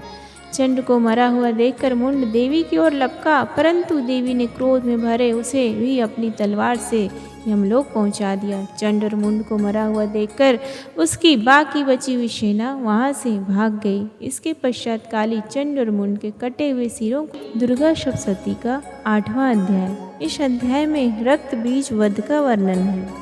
वीडियो शुरू करने से पहले आप सभी भक्तगणों पे करुण निवेदन है कि कृपया वीडियो को संपूर्ण सुने। वीडियो को लाइक करें, शेयर करें और कमेंट बॉक्स में जय माता दी लिखना ना भूलें। महर्षि मेधा ने कहा, चंड और मुंड नामक असुरों को मारे जाने से और बहुत सी सेना के नष्ट हो जाने से असुरों के राजा प्रतापी शंभु ने क्रोध युक्त होकर अपनी संपूर्ण सेना को युद्ध के लिए तैयार होने की आज्ञा दी। उसने कहा, अब उदय युद्ध नामक 86 असुर सेनापति अपनी सेनाओं के साथ युद्ध के लिए जाएं, और कंबू नामक 84 सेनापति भी युद्ध के लिए जाएं, और कोटि वीर नामक 50 सेनापति और धौम्रकुल नाम के 100 सेनापति प्रस्थान करें। कालक, दौहृद, मौर्य और काल के यह दैत्य भी मेरी आज्ञा से सजकर युद्ध के लिए कूच करें। भयानक शासन करने वाला असुरों का स्वामी शुंभ इस प्रकार आज्ञा देकर बहुत बड़ी सेना के साथ युद्ध के लिए चला। उसकी सेना को अपनी ओर आता देख चंडिका ने अपनी धनुष की टंकारों से पृथ्वी और आकाश के बीच का भाग गुंजा दिया। हे राजन, इसके पश्चात देवी के सिंह ने दहाड़ना आरंभ कर दिया और अंबिका के घंटे के शब्दों ने उस ध्वनि की ओर भी बढ़ा। धनुष की टंकार, शेर की दहाड़ और घंटे के शब्द से पृथ्वी और आकाश के बीच का भाग गूंज उठा और इसके साथ ही देवी ने अपने मुख का भी और भी भयानक बना लिया। ऐसे भयंकर शब्द को सुनकर राक्षसी सेना ने देवी तथा सिंह को चारों ओर से घेर लिया। हे राजन, उस समय दैत्यों के नाश के लिए और देवताओं के हित के लिए ब्रह्मा, शिव, कार्तिकेय, विष्णु तथा इंद्र आदि देवताओं की शक्तियाँ जो अत्यंत पराक्रम और बल से संपन्न थी, उनके शरीर से निकलकर उसी रूप में चंडिका देवी के पास गई। जिस देवता का जैसा रूप था, जैसे आभूषण थे और जैसा वाहन था, वैसा ही रूप, आभूषण और वाहन लेकर उन देवताओं की शक्तियाँ दैत्यों से युद्ध करने के लिए आई। हंस युक्त विमान में बैठकर और रुद्राक्ष की माला तथा कमंडलू धारण करके ब्रह्मा जी की शक्ति आई। वृषभ पर सवार होकर, हाथ में त्रिशूल लेकर, महानाग का कंकण पहनकर और चंद्र रेखा से भूषित होकर भगवान शंकर की भांति शक्ति महेश्वरी आए और मोर पर आरूढ़ होकर हाथ में शक्ति लिए दैत्यों से युद्ध करने के लिए कार्तिकेय जी की शक्ति उन्हीं का रूप धारण करके आई। भगवान विष्णु की शक्ति गरुड़ पर सवार होकर शंख, चक्र, श्रांग, गदा, धनुष तथा खड़ग हाथ में लिए हुए श्री हरि की शक्ति वाराही, वाराह का शरीर धारण करके आई और नरसिंह के समान शरीर धारण करके उनकी शक्ति नारसिंह भी आई। उसकी गर्दन के झटकों से आकाश के तारे टूट पड़ते थे और इसी प्रकार देवराज इंद्र की शक्ति ऐन्द्री भी ऐरावत के ऊपर सवार होकर आई। पश्चात इन देव शक्तियों से घिरे हुए भगवान शंकर ने चंडिका से कहा, मेरी प्रसन्नता के लिए तुम शीघ्र ही इन असुरों को मारो। इसके पश्चात देवी के शरीर में से अत्यंत उग्र रूप वाली और सैकड़ों गिदड़ियों के समान आवाज करने वाली चंडिका शक्ति प्रकट हुई। उस अपराजिता देवी ने धूमिल जटा वाले भगवान श्री शंकर जी से कहा, हे प्रभु, आप मेरी ओर से दूत बनकर शुंभ और निशुंभ के पास जाइए और उन अत्यंत गर्वीले दैत्यों से कहिए तथा उनके अतिरिक्त और भी जो दैत्य वहाँ युद्ध के लिए उपस्थित हों, उनसे भी कहिए, जो तुम्हें अपने जीवन रहने की इच्छा हो तो त्रिलोकी पर राज्य इंद्र को दे दो। देवताओं को उनका यज्ञ भाग मिलना आरंभ हो जाए और तुम पाताल को लौट जाओ। किंतु यदि बल के गर्व से तुम्हारी लड़ने की इच्छा हो तो फिर आ जाओ, तुम्हारे मान से मेरी योगिनियाँ तृप्त होंगी। चूँकि उस देवी ने भगवान शंकर को दूत के कार्य में नियुक्त किया था, इसलिए वह संसार में शिवदूती के नाम से भी विख्यात हुई। भगवान शंकर से देवी का संदेश पाकर उन दैत्यों के क्रोध का कोई आर पार न रहा और वह जिस स्थान पर देवी विराजमान थी वहाँ पहुँचे और जाने के साथ ही उस पर बाणों की शक्तियों से वर्षा करने लगी।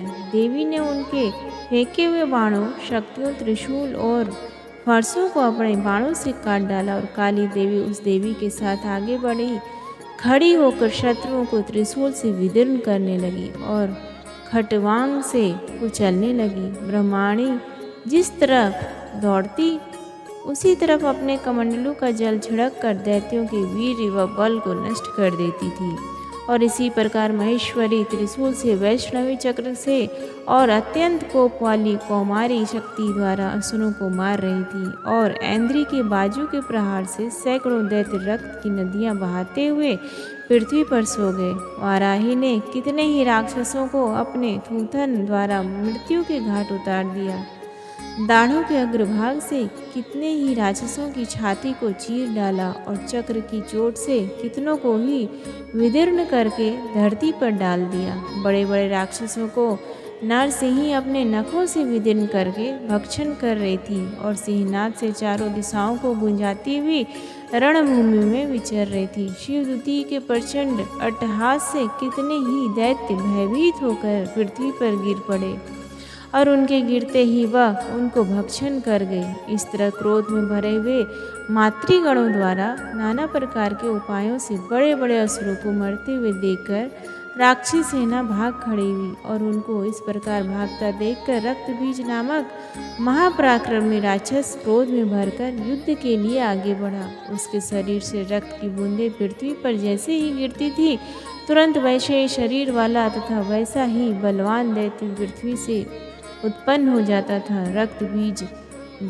गदा हाथ में लेकर ऐन्द्री के साथ युद्ध करने लगा। जब ऐन्द्री शक्ति ने अपने वज्र से उसको मारा तो घायल होने के कारण उसके शरीर से बहुत सा रक्त बहने लगा और उसकी प्रत्येक बूंद से उसके समान ही बलवान तथा महापराक्रमी अनेकों दैत्य भयंकर रूप से प्रकट हो गए।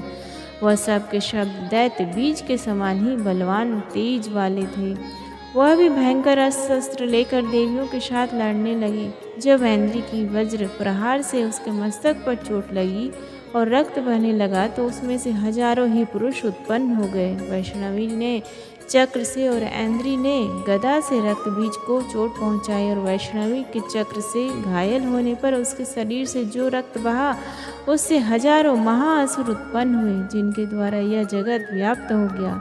कौमारी ने शक्ति से, वाराहिक ने खड़ग से और माहेश्वरी ने त्रिशूल से उसको घायल किया। इस प्रकार क्रोध में भरकर उस महादैत्य ने सब मातृशक्तियों पर पृथक पृथक गदा से प्रहार किया और माताओं ने शक्ति तथा शूल इत्यादि से उसको बार बार घायल किया।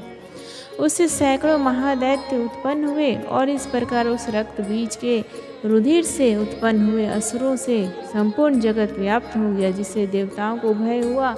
देवताओं को भयभीत देखकर चंडिका ने काली से कहा, हे चामुंडे, आपने मुख को बड़ा करो और मेरे शस्त्र घात से उत्पन्न हुए रक्त बिंदुओं तथा रक्त बिंदुओं से उत्पन्न हुए महाअसुरों को तुम अपने एक मुख से भक्षण करती जाओ। इस प्रकार रक्त बिंदुओं से उत्पन्न हुए महादैत्यों को भक्षण करते हुए तुम रणभूमि में विचरो। इस प्रकार रक्त क्षीण होने से यह दैत्य नष्ट हो जाएगा। तुम्हारे भक्षण करने के कारण अन्य दैत्य नहीं रहेंगे। काली से इस प्रकार कर चंडिका देवी ने रक्त बीज पर अपने त्रिशूल से प्रहार किया और काली देवी ने अपने मुख में उसका रक्त ले लिया। तब उसने गदा से चंडिका पर प्रहार किया। प्रहार से चंडिका को तनिक भी कष्ट न हुआ, किंतु रक्त बीज के शरीर से बहुत सा रक्त बहने लगा। लेकिन उसके गिरने के साथ ही काली ने उसको अपने मुख में ले लिया। काली के मुख में उस रक्त से जो असुर उत्पन्न हुए उनको उसने भक्षण कर लिया और रक्त को पीती गई। तदंतर देवी ने रक्त बीज को, जिसका कि खून काली ने पिया था, चंडिका ने उस दैत्य को वज्र, बाण, खड़ग तथा ऋषि इत्यादि से मार डाला। हे राजन, अनेक प्रकार के शस्त्रों को मारा हुआ और खून से वंचित वह महादैत्य रक्त बीज पृथ्वी पर गिर पड़ा। हे राजन, उसके गिरने से देवता अत्यंत प्रसन्न हुए और माताएं उन असुरों का रक्त पीने के पश्चात उद्यत होकर नृत्य करने लगी। प्रेम से बोलिए माता रानी की, काली माता की जय। दुर्गा सप्तशती का 9वां अध्याय। इस अध्याय में निशुंभ वध का वर्णन है। राजा ने कहा, हे ऋषिराज, आपने रक्त बीज के वध से संबंध रखने वाला वृत्तांत मुझे सुनाया। अब मैं रक्त बीज के मरने के पश्चात क्रोध में भरे हुए शुंभ व निशुंभ ने जो कर्म किया वह सुनना चाहता हूँ।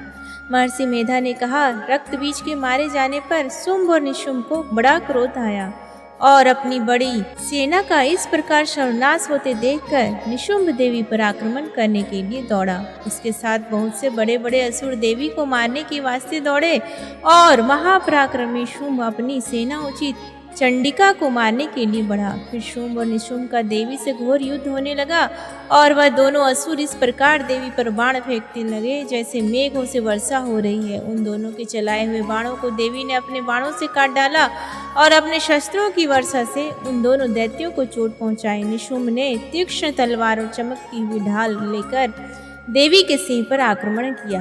अपने वाहन को चोट पहुंची देखकर देवी ने अपने क्षुरप्र नामक बाण से निशुंभ की तलवार व ढाल दोनों को ही काट डाला। तलवार और ढाल कट जाने पर निशुंभ ने देवी पर शक्ति से प्रहार किया। देवी ने अपने चक्र से उसके 2 टुकड़े कर दिए। फिर क्या था, दैत्य मारे क्रोध की जल भुन गया और उसने देवी को मारने के लिए उसकी ओर शूल फेंका, किंतु देवी ने अपने मुक्के से उसको चूर चूर कर डाला। फिर उसने देवी पर गदा से प्रहार किया। देवी ने त्रिशूल से गदा को भस्म कर डाला। इसके पश्चात वह फरसा हाथ में लेकर देवी की ओर लपका। देवी ने अपने तीखे वाणों से उसे धरती पर सुला दिया। अपने पराक्रमी भाई निशुंभ के इस प्रकार से मरने पर शुंभ क्रोध में भरकर देवी को मारने के लिए दौड़ा। वह रथ में बैठा हुआ उत्तम आयुधों से सुशोभित अपनी 8 बड़ी बड़ी भुजाओं से सारे आकाश को ढके हुए थे। शुंभ को आते देखकर देवी ने अपना शंख बजाया और धनुष की टंकोर का भी अत्यंत दुस्सह शब्द किया। साथ ही अपने घंटे के शब्द से जो संपूर्ण दैत्य सेना के तेज को नष्ट करने वाला था, संपूर्ण दिशाओं में व्याप्त कर दिया।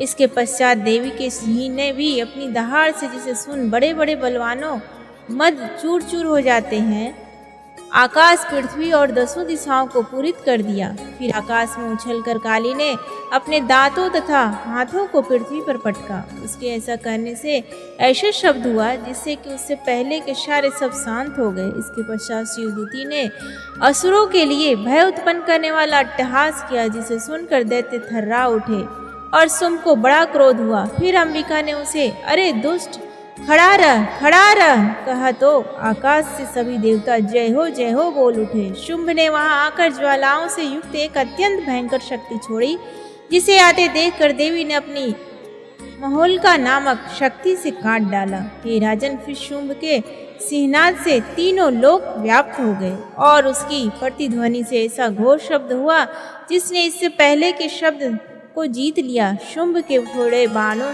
को देवी ने और देवी के छोड़े बाणों को शुंभ ने अपने बाणों से काट सैकड़ों और हजारों टुकड़ों में परिवर्तित कर दिया। इसके पश्चात जब चंडिका ने क्रोध में भर शुंभ को त्रिशूल से मारा तो वह मूर्छित होकर पृथ्वी पर गिर पड़ा। जब उसकी मूर्छा दूर हुई तो वह धनुष लेकर आया और अपने बाणों से उसने देवी काली तथा सिंह को घायल कर दिया। फिर उस राक्षस ने 10,000 भुजाएं धारण करके चक्रादि आयुधों से देवी को आच्छादित कर दिया। तब भगवती दुर्गा ने कुपित होकर अपने बाणों से उन चक्रों तथा बाणों को काट डाला। यह देखकर निशुंभ हाथ में गदा लेकर चंडिका को मारने के लिए दौड़ा। उसके आते ही देवी ने तीक्ष्ण धार वाले खड़ग से उसकी गदा को काट डाला। उसने फिर त्रिशूल हाथ में ले लिया। देवताओं को दुखी करने वाले निशुंभ त्रिशूल हाथ में लिए हुए आता देखकर चंडिका ने अपने शूल से उसकी छाती पर प्रहार किया और उसकी छाती को चीर डाला। शूल विदीर्ण हो जाने पर उसकी छाती में से एक उस जैसा ही महापराक्रमी दैत्य ठहर जा कहता हुआ निकला। उसको देखकर देवी ने बड़े जोर से ठहाका लगाया। अभी वह निकलने भी नहीं पाया था कि उसका सिर अपनी तलवार से काट डाला। सिर के कटने के साथ ही वह पृथ्वी पर गिर पड़ा। तदंतर सिंह दहाड़ दहाड़ कर असुरों का भक्षण करने लगा और काली शिवदूती भी राक्षसों का रक्त पीने लगी। कौमारी की शक्ति से कितने ही महादैत्य नष्ट हो गए। ब्रह्मा जी के कमंडल के जल से कितने ही असुर समाप्त हो गए। कई दैत्य महेश्वरी के त्रिशूल से विदुर्ण होकर पृथ्वी पर गिर पड़े और बाराही के प्रहारों से छिन्न भिन्न होकर धराशायी हो गए। वैष्णवी ने भी अपने चक्र से बड़े बड़े महापराक्रमियों का कचूमर निकाल उन्हें यमलोक भेज दिया और ऐन्द्री से कितने ही महाबली राक्षस टुकड़े टुकड़े हो गए। कई दैत्य मारे गए, कई भाग गए। कितने ही काली शिवदूती और सिंह ने भक्षण कर लिए। श्री मार्कंडेय पुराणे सावर्णी के मनवंतरे देवी महात्म्य निशुंभ वधो नाम 9वां अध्याय संपूर्ण। प्रेम से बोली काली माता की जय। श्री दुर्गा सप्तशती का 10वां अध्याय। इस अध्याय में शुंभ वध का वर्णन है।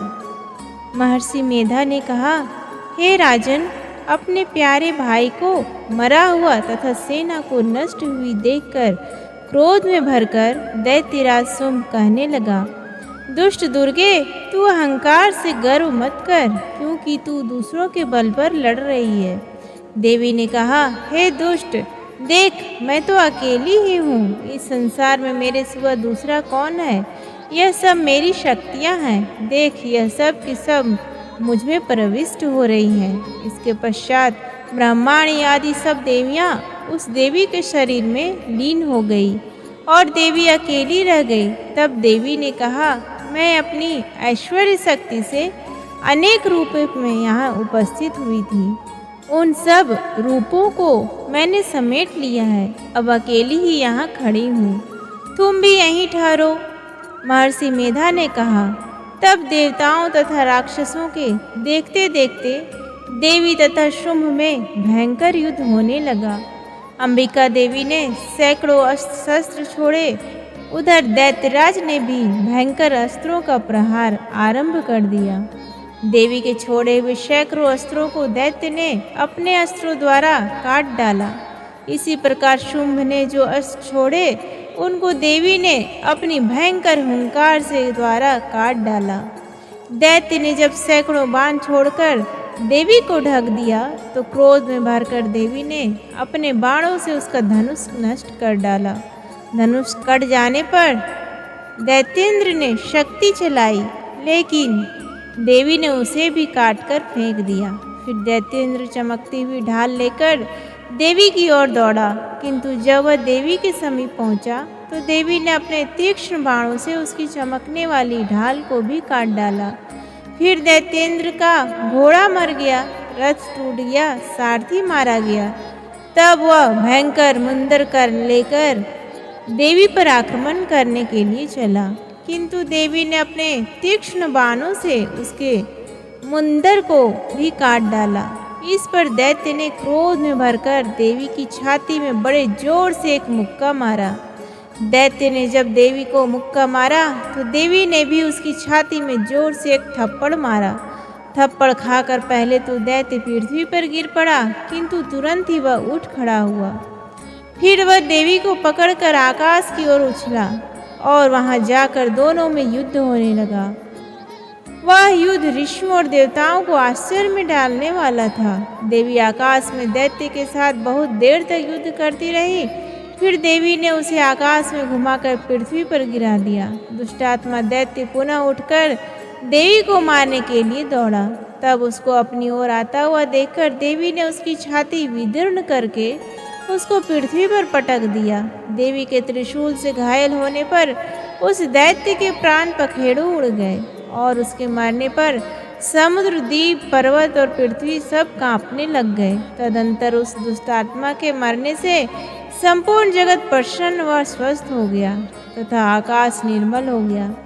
पहले जो उत्पात सूचक मेघ और उल्कापात होते थे वह सब शांत हो गए। उसके मारे जाने पर नदियां अपने ठीक मार्ग से बहने लगी। संपूर्ण देवताओं का हृदय हर्ष से भर गया और गंधर्वियां सुंदर गान गाने लगी। गंधर्व बाजे बजाने लगे और अप्सराएं नाचने लगी। पवित्र वायु बहने लगी। सूर्य की कांति स्वच्छ हो गई। यज्ञशालाओं की बुझी हुई अग्नि अपने आप प्रज्वलित हो उठी तथा चारों दिशाओं में शांति फैल गई। श्री मार्कंडेय पुराणे सावर्णिके मनवंतरे देवी महात्म्य शुंभ वधो नाम 10वां अध्याय संपूर्ण। प्रेम से बोलिए माता चंडिका की जय, माँ दुर्गे की जय। उम्मीद करती हूँ आपको आज का ये वीडियो पसंद आए तो प्लीज़ वीडियो को लाइक करें, शेयर करें और चैनल को सब्सक्राइब करें। धन्यवाद। में हम श्रवण करेंगे श्री दुर्गा सप्तशती का 11वां अध्याय। इस अध्याय में देवताओं का देवी के स्तुति करना और देवी का देवता को वरदान देने का वर्णन है। महर्षि मेधा कहते हैं, दैत्य के मारे जाने पर इंद्राणी देवता अग्नि को आगे करके कात्यायनी देवी की स्तुति करने लगे। उस समय अभीष्ट की प्राप्ति के कारण उनके मुख खिले हुए थे। देवताओं ने कहा, हे शरणागतों के दुख दूर करने वाली देवी, तुम प्रसन्न हो। हे संपूर्ण जगत की माता, तुम प्रसन्न हो। विंध्येश्वरी, तुम विश्व की रक्षा करो। खिले हुए थे विंध्येश्वरी, तुम विश्व की रक्षा करो, क्योंकि तुम इस चर और अचर की ईश्वरी हो। हे देवी, संपूर्ण जगत की आधार रूप हो, क्योंकि तुम पृथ्वी रूप में भी स्थित हो और अत्यंत पराक्रम वाली देवी हो। तुम विष्णु की शक्ति हो, विश्व की बीज परम माया हो और तुमने ही इस संपूर्ण जगत को मोहित कर रखा है। तुम्हारे प्रसन्न होने पर ही यह पृथ्वी मोक्ष को प्राप्त होती है। हे देवी, संपूर्ण विद्याएं तुम्हारे ही भिन्न भिन्न स्वरूप हैं। इस जगत में जितनी स्त्रियां हैं वह सब तुम्हारी ही मूर्तियां हैं। एकमात्र तुमने ही इस जगत को व्याप्त कर रखा है। तुम्हारी स्तुति किस प्रकार हो सकती है, क्योंकि तुम परम बुद्धि रूप हो और संपूर्ण प्राणी रूप स्वर्ग और मुक्ति देने वाली हो। अतः इसी रूप में तुम्हारी स्तुति की गई है। तुम्हारी स्तुति के लिए इससे बढ़कर और क्या युक्तियाँ हो सकती हैं। संपूर्ण जनों के हृदय में बुद्धि रूप होकर निवास करने वाली, स्वर्ग तथा मोक्ष प्रदान करने वाली हे नारायणी देवी, तुमको नमस्कार है।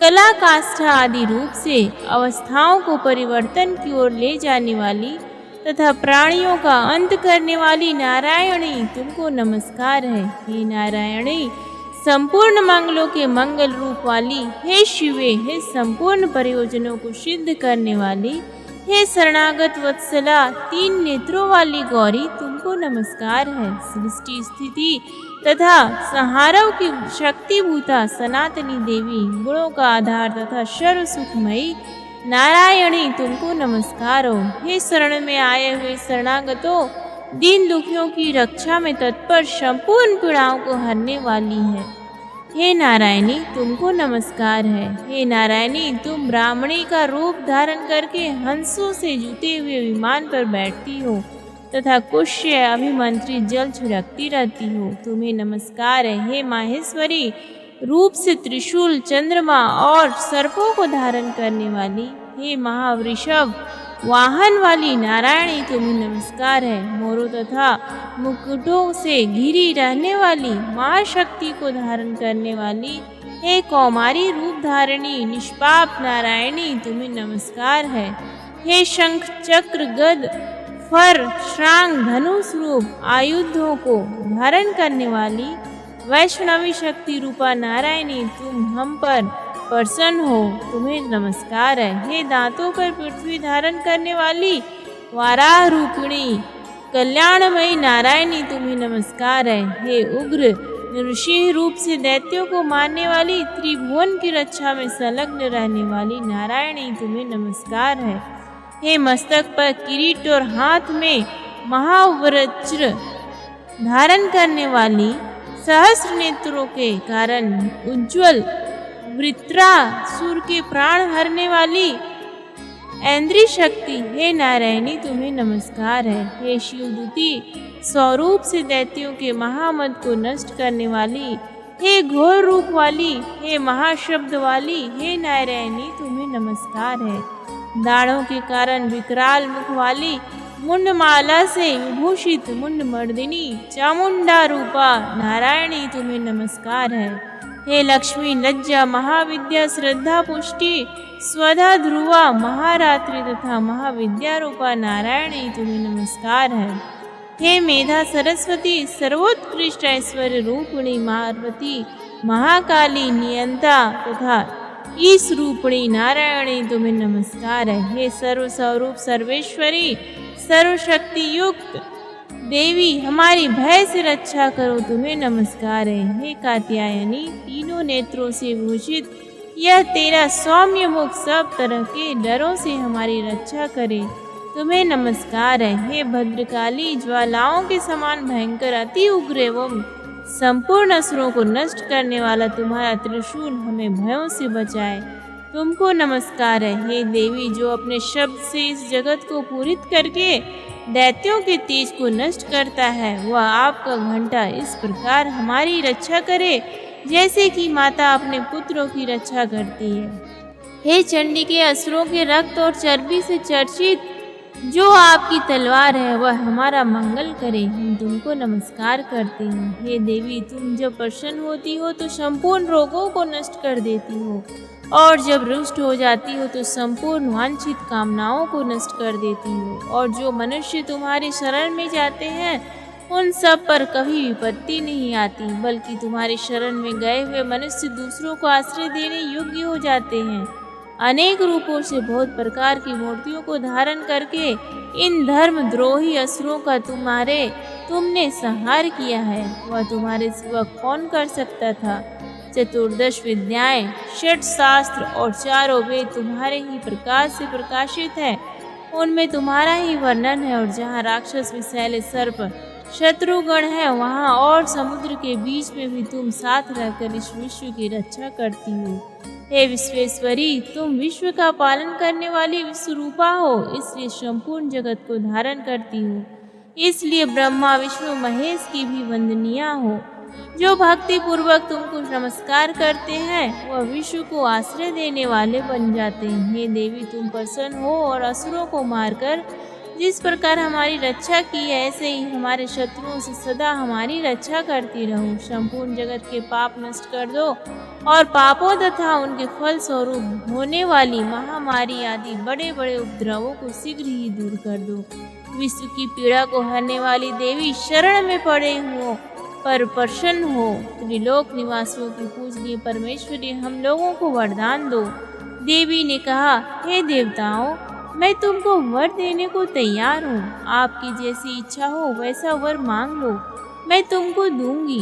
देवताओं ने कहा, हे सर्वेश्वरी, त्रिलोकी के निवासियों की समस्त पीड़ाओं को तुम इसी प्रकार हरती रहो और हमारे शत्रुओं को इसी प्रकार नष्ट करती रहो। देवी ने कहा, वे वास्तव मनवंतर के 28वें युग में 2 और महा असुर शुंभ और अशुंभ उत्पन्न होंगे। उसमें मैं नंद गोप के घर से, यशोदा के घर से उत्पन्न होकर विंध्याचल पर्वत पर शुंभ और निशुंभ का संहार करूंगी। फिर अत्यंत भयंकर रूप से पृथ्वी पर अवतीर्ण होकर मैं वह प्रचित्ति नामक दानवों का नाश करूंगी। उन भयंकर महाअसुरों को भक्षण करते समय मेरे दांत अनार पुष्प के समान लाल होंगे। इसके पश्चात स्वर्ग में देवता और पृथ्वी पर मनुष्य देवी स्तुति करते हुए मुझे रक्त दंडिका कहेंगे। फिर जब 100 वर्षों तक वर्षा न होगी, तो मैं ऋषियों के स्तुति करने पर आयोनित नाम से प्रकट होंगी और अपने 100 नेत्रों से ऋषियों की ओर देखूंगी। अतः मनुष्य शताक्षी नाम से मेरा कीर्तन करेंगे। उसी समय मैं अपने शरीर से उत्पन्न हुए प्राणों की रक्षा करने वाले शाकों द्वारा सब प्राणियों का पालन करूंगी और तब इस पृथ्वी पर शाकंभरी के नाम से विख्यात होंगी। और इसी अवतार में मैं दुर्गा नामक महाअसुर का वध करूंगी और इसमें मैं दुर्गा देवी के नाम से प्रसिद्ध होंगी। इसके पश्चात जब मैं भयानक रूप धारण करके हिमालय निवासी ऋषियों महर्षियों की रक्षा करूंगी, तब भीमा देवी के नाम से मेरी ख्याति होगी। और जब फिर अरुण नामक असुर तीनों लोकों को पीड़ित करेगा, तब मैं असंख्य भ्रमरों का रूप धारण करके उस महादैत्य का वध करूंगी। तब स्वर्ग में देवता और मृत्युलोक में मनुष्य मेरी स्तुति करते हुए मुझे भ्रामरी नाम से पुकारेंगे। इस प्रकार जब जब पृथ्वी राक्षसों से पीड़ित होगी, तब तब मैं अवतरित होकर शत्रुओं का नाश करूंगी। श्री मार्कंडेय पुराणे सावर्णिक मनवंतरी देवी महात्म्य नारायणी स्तुतिर नाम 11वां अध्याय संपूर्ण। प्रेम से बोलिए माता रानी की जय, माँ दुर्गा की जय। धन्यवाद। श्री दुर्गा सप्तशती का 12वां अध्याय। इस अध्याय में देवी के चरित्रों के पाठ का महत्व है। वीडियो शुरू करने से पहले आप सभी भक्तगणों से करुण निवेदन है कि कृपया करके वीडियो संपूर्ण सुनें। वीडियो पसंद आए तो लाइक करें, शेयर करें और चैनल पे नए हैं तो सब्सक्राइब करें और कमेंट बॉक्स में जय माँ दुर्गे लिखना ना भूलें। देवी बोली, हे देवताओं, जो पुरुष इन स्तोत्रों द्वारा एकाग्रचित होकर मेरी स्तुति करेगा, उसके संपूर्ण कष्टों को निसंदेह हर लूंगी। मधुकैटभ के नाश, महिषासुर के वध और शुंभ तथा निशुंभ के वध की जो मनुष्य कथा कहेंगे, मेरे महात्म्य को अष्टमी, चतुर्दशी व नवमी के दिन एकाग्रचित से भक्ति पूर्वक सुनेंगे, उनको कभी कोई पाप न रहेगा। पाप से उत्पन्न हुई विपत्ति भी उनको न सताएगी। उनके घर में दरिद्रता न होगी और न उनको परिजनों का बिछोह होगा। उनको किसी प्रकार का भय नहीं होगा। इसलिए प्रत्येक मनुष्य को भक्ति पूर्वक मेरे इस कल्याणकारक महात्म्य को सदा पढ़ना और सुनना चाहिए। मेरा यह महात्म्य महामारी से उत्पन्न हुए संपूर्ण उपद्रवों को एवं 3 प्रकार के उत्पातों को शांत कर देता है। जिस घर व मंदिर में या जिस स्थान पर मेरा यह स्तोत्र विधि पूर्वक पढ़ा जाता है, उस स्थान को मैं कभी भी त्याग नहीं करती और वहाँ सदा ही मेरा वास रहता है। बलिदान, पूजा, होम तथा महोत्सवों में मेरा यह चरित्र उच्चारण करना तथा सुनना चाहिए।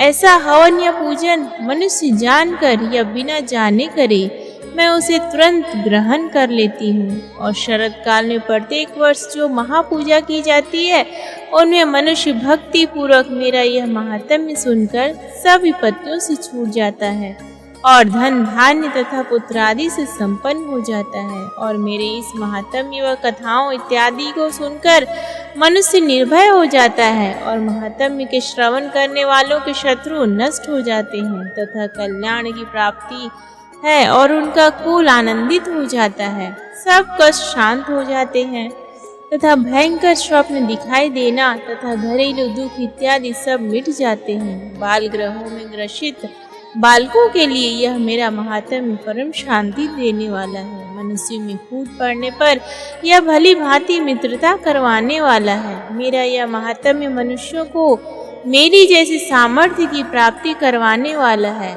पशु, पुष्प, अर्घ्य, धूप, गंध, दीपक इत्यादि सामग्रियों द्वारा पूजन करने से, ब्राह्मण को भोजन करा के, हवन करके, प्रतिदिन अभिषेक करके, नाना प्रकार के भोगों को अर्पण करके और प्रत्येक वर्ष दान इत्यादि करके जो मेरी आराधना की जाती है और उससे मैं जैसी प्रसन्न हो जाती हूँ, वैसी प्रसन्न मैं इस चरित्र के सुनने से ही हो जाती हूँ।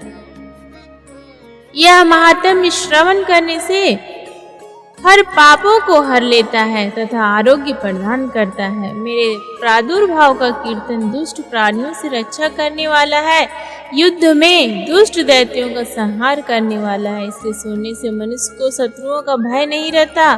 हे देवताओं, तुमने जो मेरी स्तुति की है अथवा ब्रह्मा जी ने जो मेरी स्तुति की है, वह मनुष्यों की कल्याणमयी बुद्धि प्रदान करने वाली है। वन में सूने मार्ग में अथवा दावा नल से घिर जाने पर, वन में चोरों से घिरा हुआ या शत्रुओं द्वारा पकड़ा हुआ, जंगल में सिंहों से, व्याघ्र से या जंगली हाथियों द्वारा पीछा हुआ, राजा के कुद हो जाने पर, मारे जाने के भय से, समुद्र में नाव के डगमगाने पर, भयंकर युद्ध में फंसा होने पर, किसी प्रकार की पीड़ा से पीड़ित, घोर बाधाओं से दुखी हुआ मनुष्य मेरे इस चरित्र को स्मरण करने से संकट से मुक्त हो जाता है।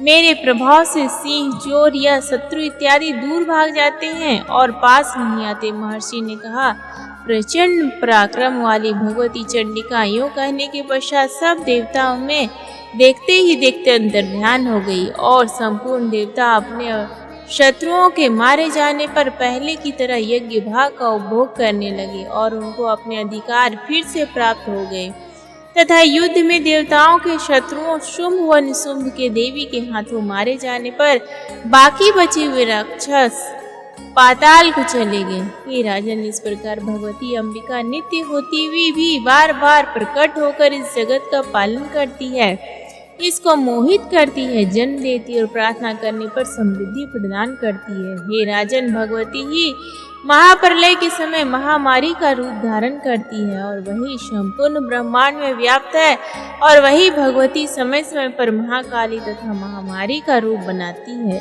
और स्वयं अजन्मा हो जाती है, सृष्टि के रूप में प्रकट होती है। वह सनातनी देवी प्राणियों का पालन करती है और वही मनुष्य के अभ्युदय के समय घर में लक्ष्मी का रूप बनाकर स्थित हो जाती है तथा अभाव के समय दरिद्रता बनकर विनाश का कारण बन जाती है। पुष्प, धूप और गंध आदि से पूजन करके उसकी स्तुति करने से वह धन एवं पुत्र देती है और धर्म में शुभ बुद्धि प्रदान करती है। श्री मार्कंडेय पुराणे सावर्णिके मनवंतरे देवी महात्म्य फल स्तुतिर नाम 12वां अध्याय संपूर्ण। प्रेम से बोलिए माता चंडिका की जय, माता दुर्गा की जय। धन्यवाद। श्रवण करने जा रहे हैं श्री दुर्गा सप्तशती का 13वां अध्याय। इस अध्याय में राजा सूरत और वैश्य को देवी का वरदान का वर्णन है। वीडियो शुरू करने से पहले आप सभी भक्तगणों से विनम्र निवेदन है कि कृपया करके वीडियो संपूर्ण सुने। वीडियो पसंद आए तो लाइक करें, शेयर करें और वीडियो के अंत में कमेंट बॉक्स में जय माता दी लिखना ना भूलें। महर्षि मेधा ने कहा, हे राजन, इस प्रकार देवी के उत्तम महात्म्य का वर्णन मैंने तुमको सुनाया। जगत को धारण करने वाली इस देवी का ऐसा ही प्रभाव है। वही देवी ज्ञान को देने वाली है और भगवान विष्णु की इस माया के प्रभाव से तुम और यह वैश्य तथा अन्य विवेकी जन मोहित होते हैं और भविष्य में मोहित होंगे। हे राजन, तुम इसी परमेश्वरी की शरण में जाओ। यही भगवती आराधना करने पर मनुष्य को भोग, स्वर्ग तथा मोक्ष प्रदान करती है। मार्कंडेय जी ने कहा, महर्षि मेधा की यह बात सुनकर राजा सूरत ने उन उग्र व्रत वाले ऋषि को प्रणाम किया और राज्य के छीन जाने के कारण उसके मन में अत्यंत ग्लानि हुई और वह राजा तथा वैश्य तपस्या के लिए वन को चले गए और नदी के तट पर आसन लगाकर भगवती के दर्शनों के लिए तपस्या करने लगे। दोनों ने नदी के तट पर देवी की मूर्ति बनाई और पुष्प, धूप, दीप तथा हवन द्वारा उसका पूजन करने लगे। पहले उन्होंने आहार को कम कर दिया, फिर बिल्कुल निराहार रहकर भगवती में मन लगाकर एकाग्रता पूर्वक उसकी आराधना करने लगे। वह दोनों अपने शरीर के रक्त से देवी को बलि देते हुए 3 वर्ष तक लगातार भगवती की आराधना करते रहे। 3 वर्ष के पश्चात जगत का पालन करने वाली चंडिका ने उनको प्रत्यक्ष दर्शन देकर कहा। देवी बोली, हे राजन तथा अपने कुल को प्रसन्न करने वाले वैश्य, तुम जिस वर की इच्छा रखते हो वह मुझसे मांगो। वह वर मैं तुमको दूंगी, क्योंकि मैं तुम पर अत्यंत प्रसन्न हूँ। मार्कंडेय जी कहते हैं, यह सुन राजा ने अगले जन्म में नष्ट ना होने वाला अखंड राज्य और इस जन्म में बलपूर्वक अपने शत्रुओं को नष्ट करने के पश्चात अपना पुनः राज्य प्राप्त करने के लिए भगवती से वरदान मांगा। और वैश्य ने भी, जिसका चित्त संसार की ओर से विरक्त हो चुका था, भगवती से अपनी ममता तथा अहंकार रूप आसक्ति को नष्ट कर देने वाले ज्ञान को देने के लिए कहा। देवी ने कहा, हे राजन, तुम शीघ्र ही अपने शत्रुओं को मारकर पुनः अपना राज्य प्राप्त कर लोगे। तुम्हारा राज्य स्थिर रहने वाला होगा। फिर मृत्यु के पश्चात आप सूर्योदय के अंश से जन्म लेकर शारणिक मनु के नाम से इस पृथ्वी पर ख्याति को प्राप्त होगे। हे वैश्य कुल में श्रेष्ठ, अपने जो मुझसे वर मांगा है वह आपको देती हूँ। आपको मोक्ष को देने वाले ज्ञान की प्राप्ति होगी। मार्कंडेय जी कहते हैं, इस प्रकार उन दोनों को मनोवांछित वर प्रदान कर तथा उनसे अपनी स्तुति कर भगवती अंतर ध्यान हो गई। और इस प्रकार क्षत्रियों में श्रेष्ठ व राजा सूरत भगवान सूर्यदेव से जन्म लेकर इस पृथ्वी पर सावर्णिक मनु के नाम से विख्यात हुए। प्रेम से बोली माता दुर्गा की जय। धन्यवाद।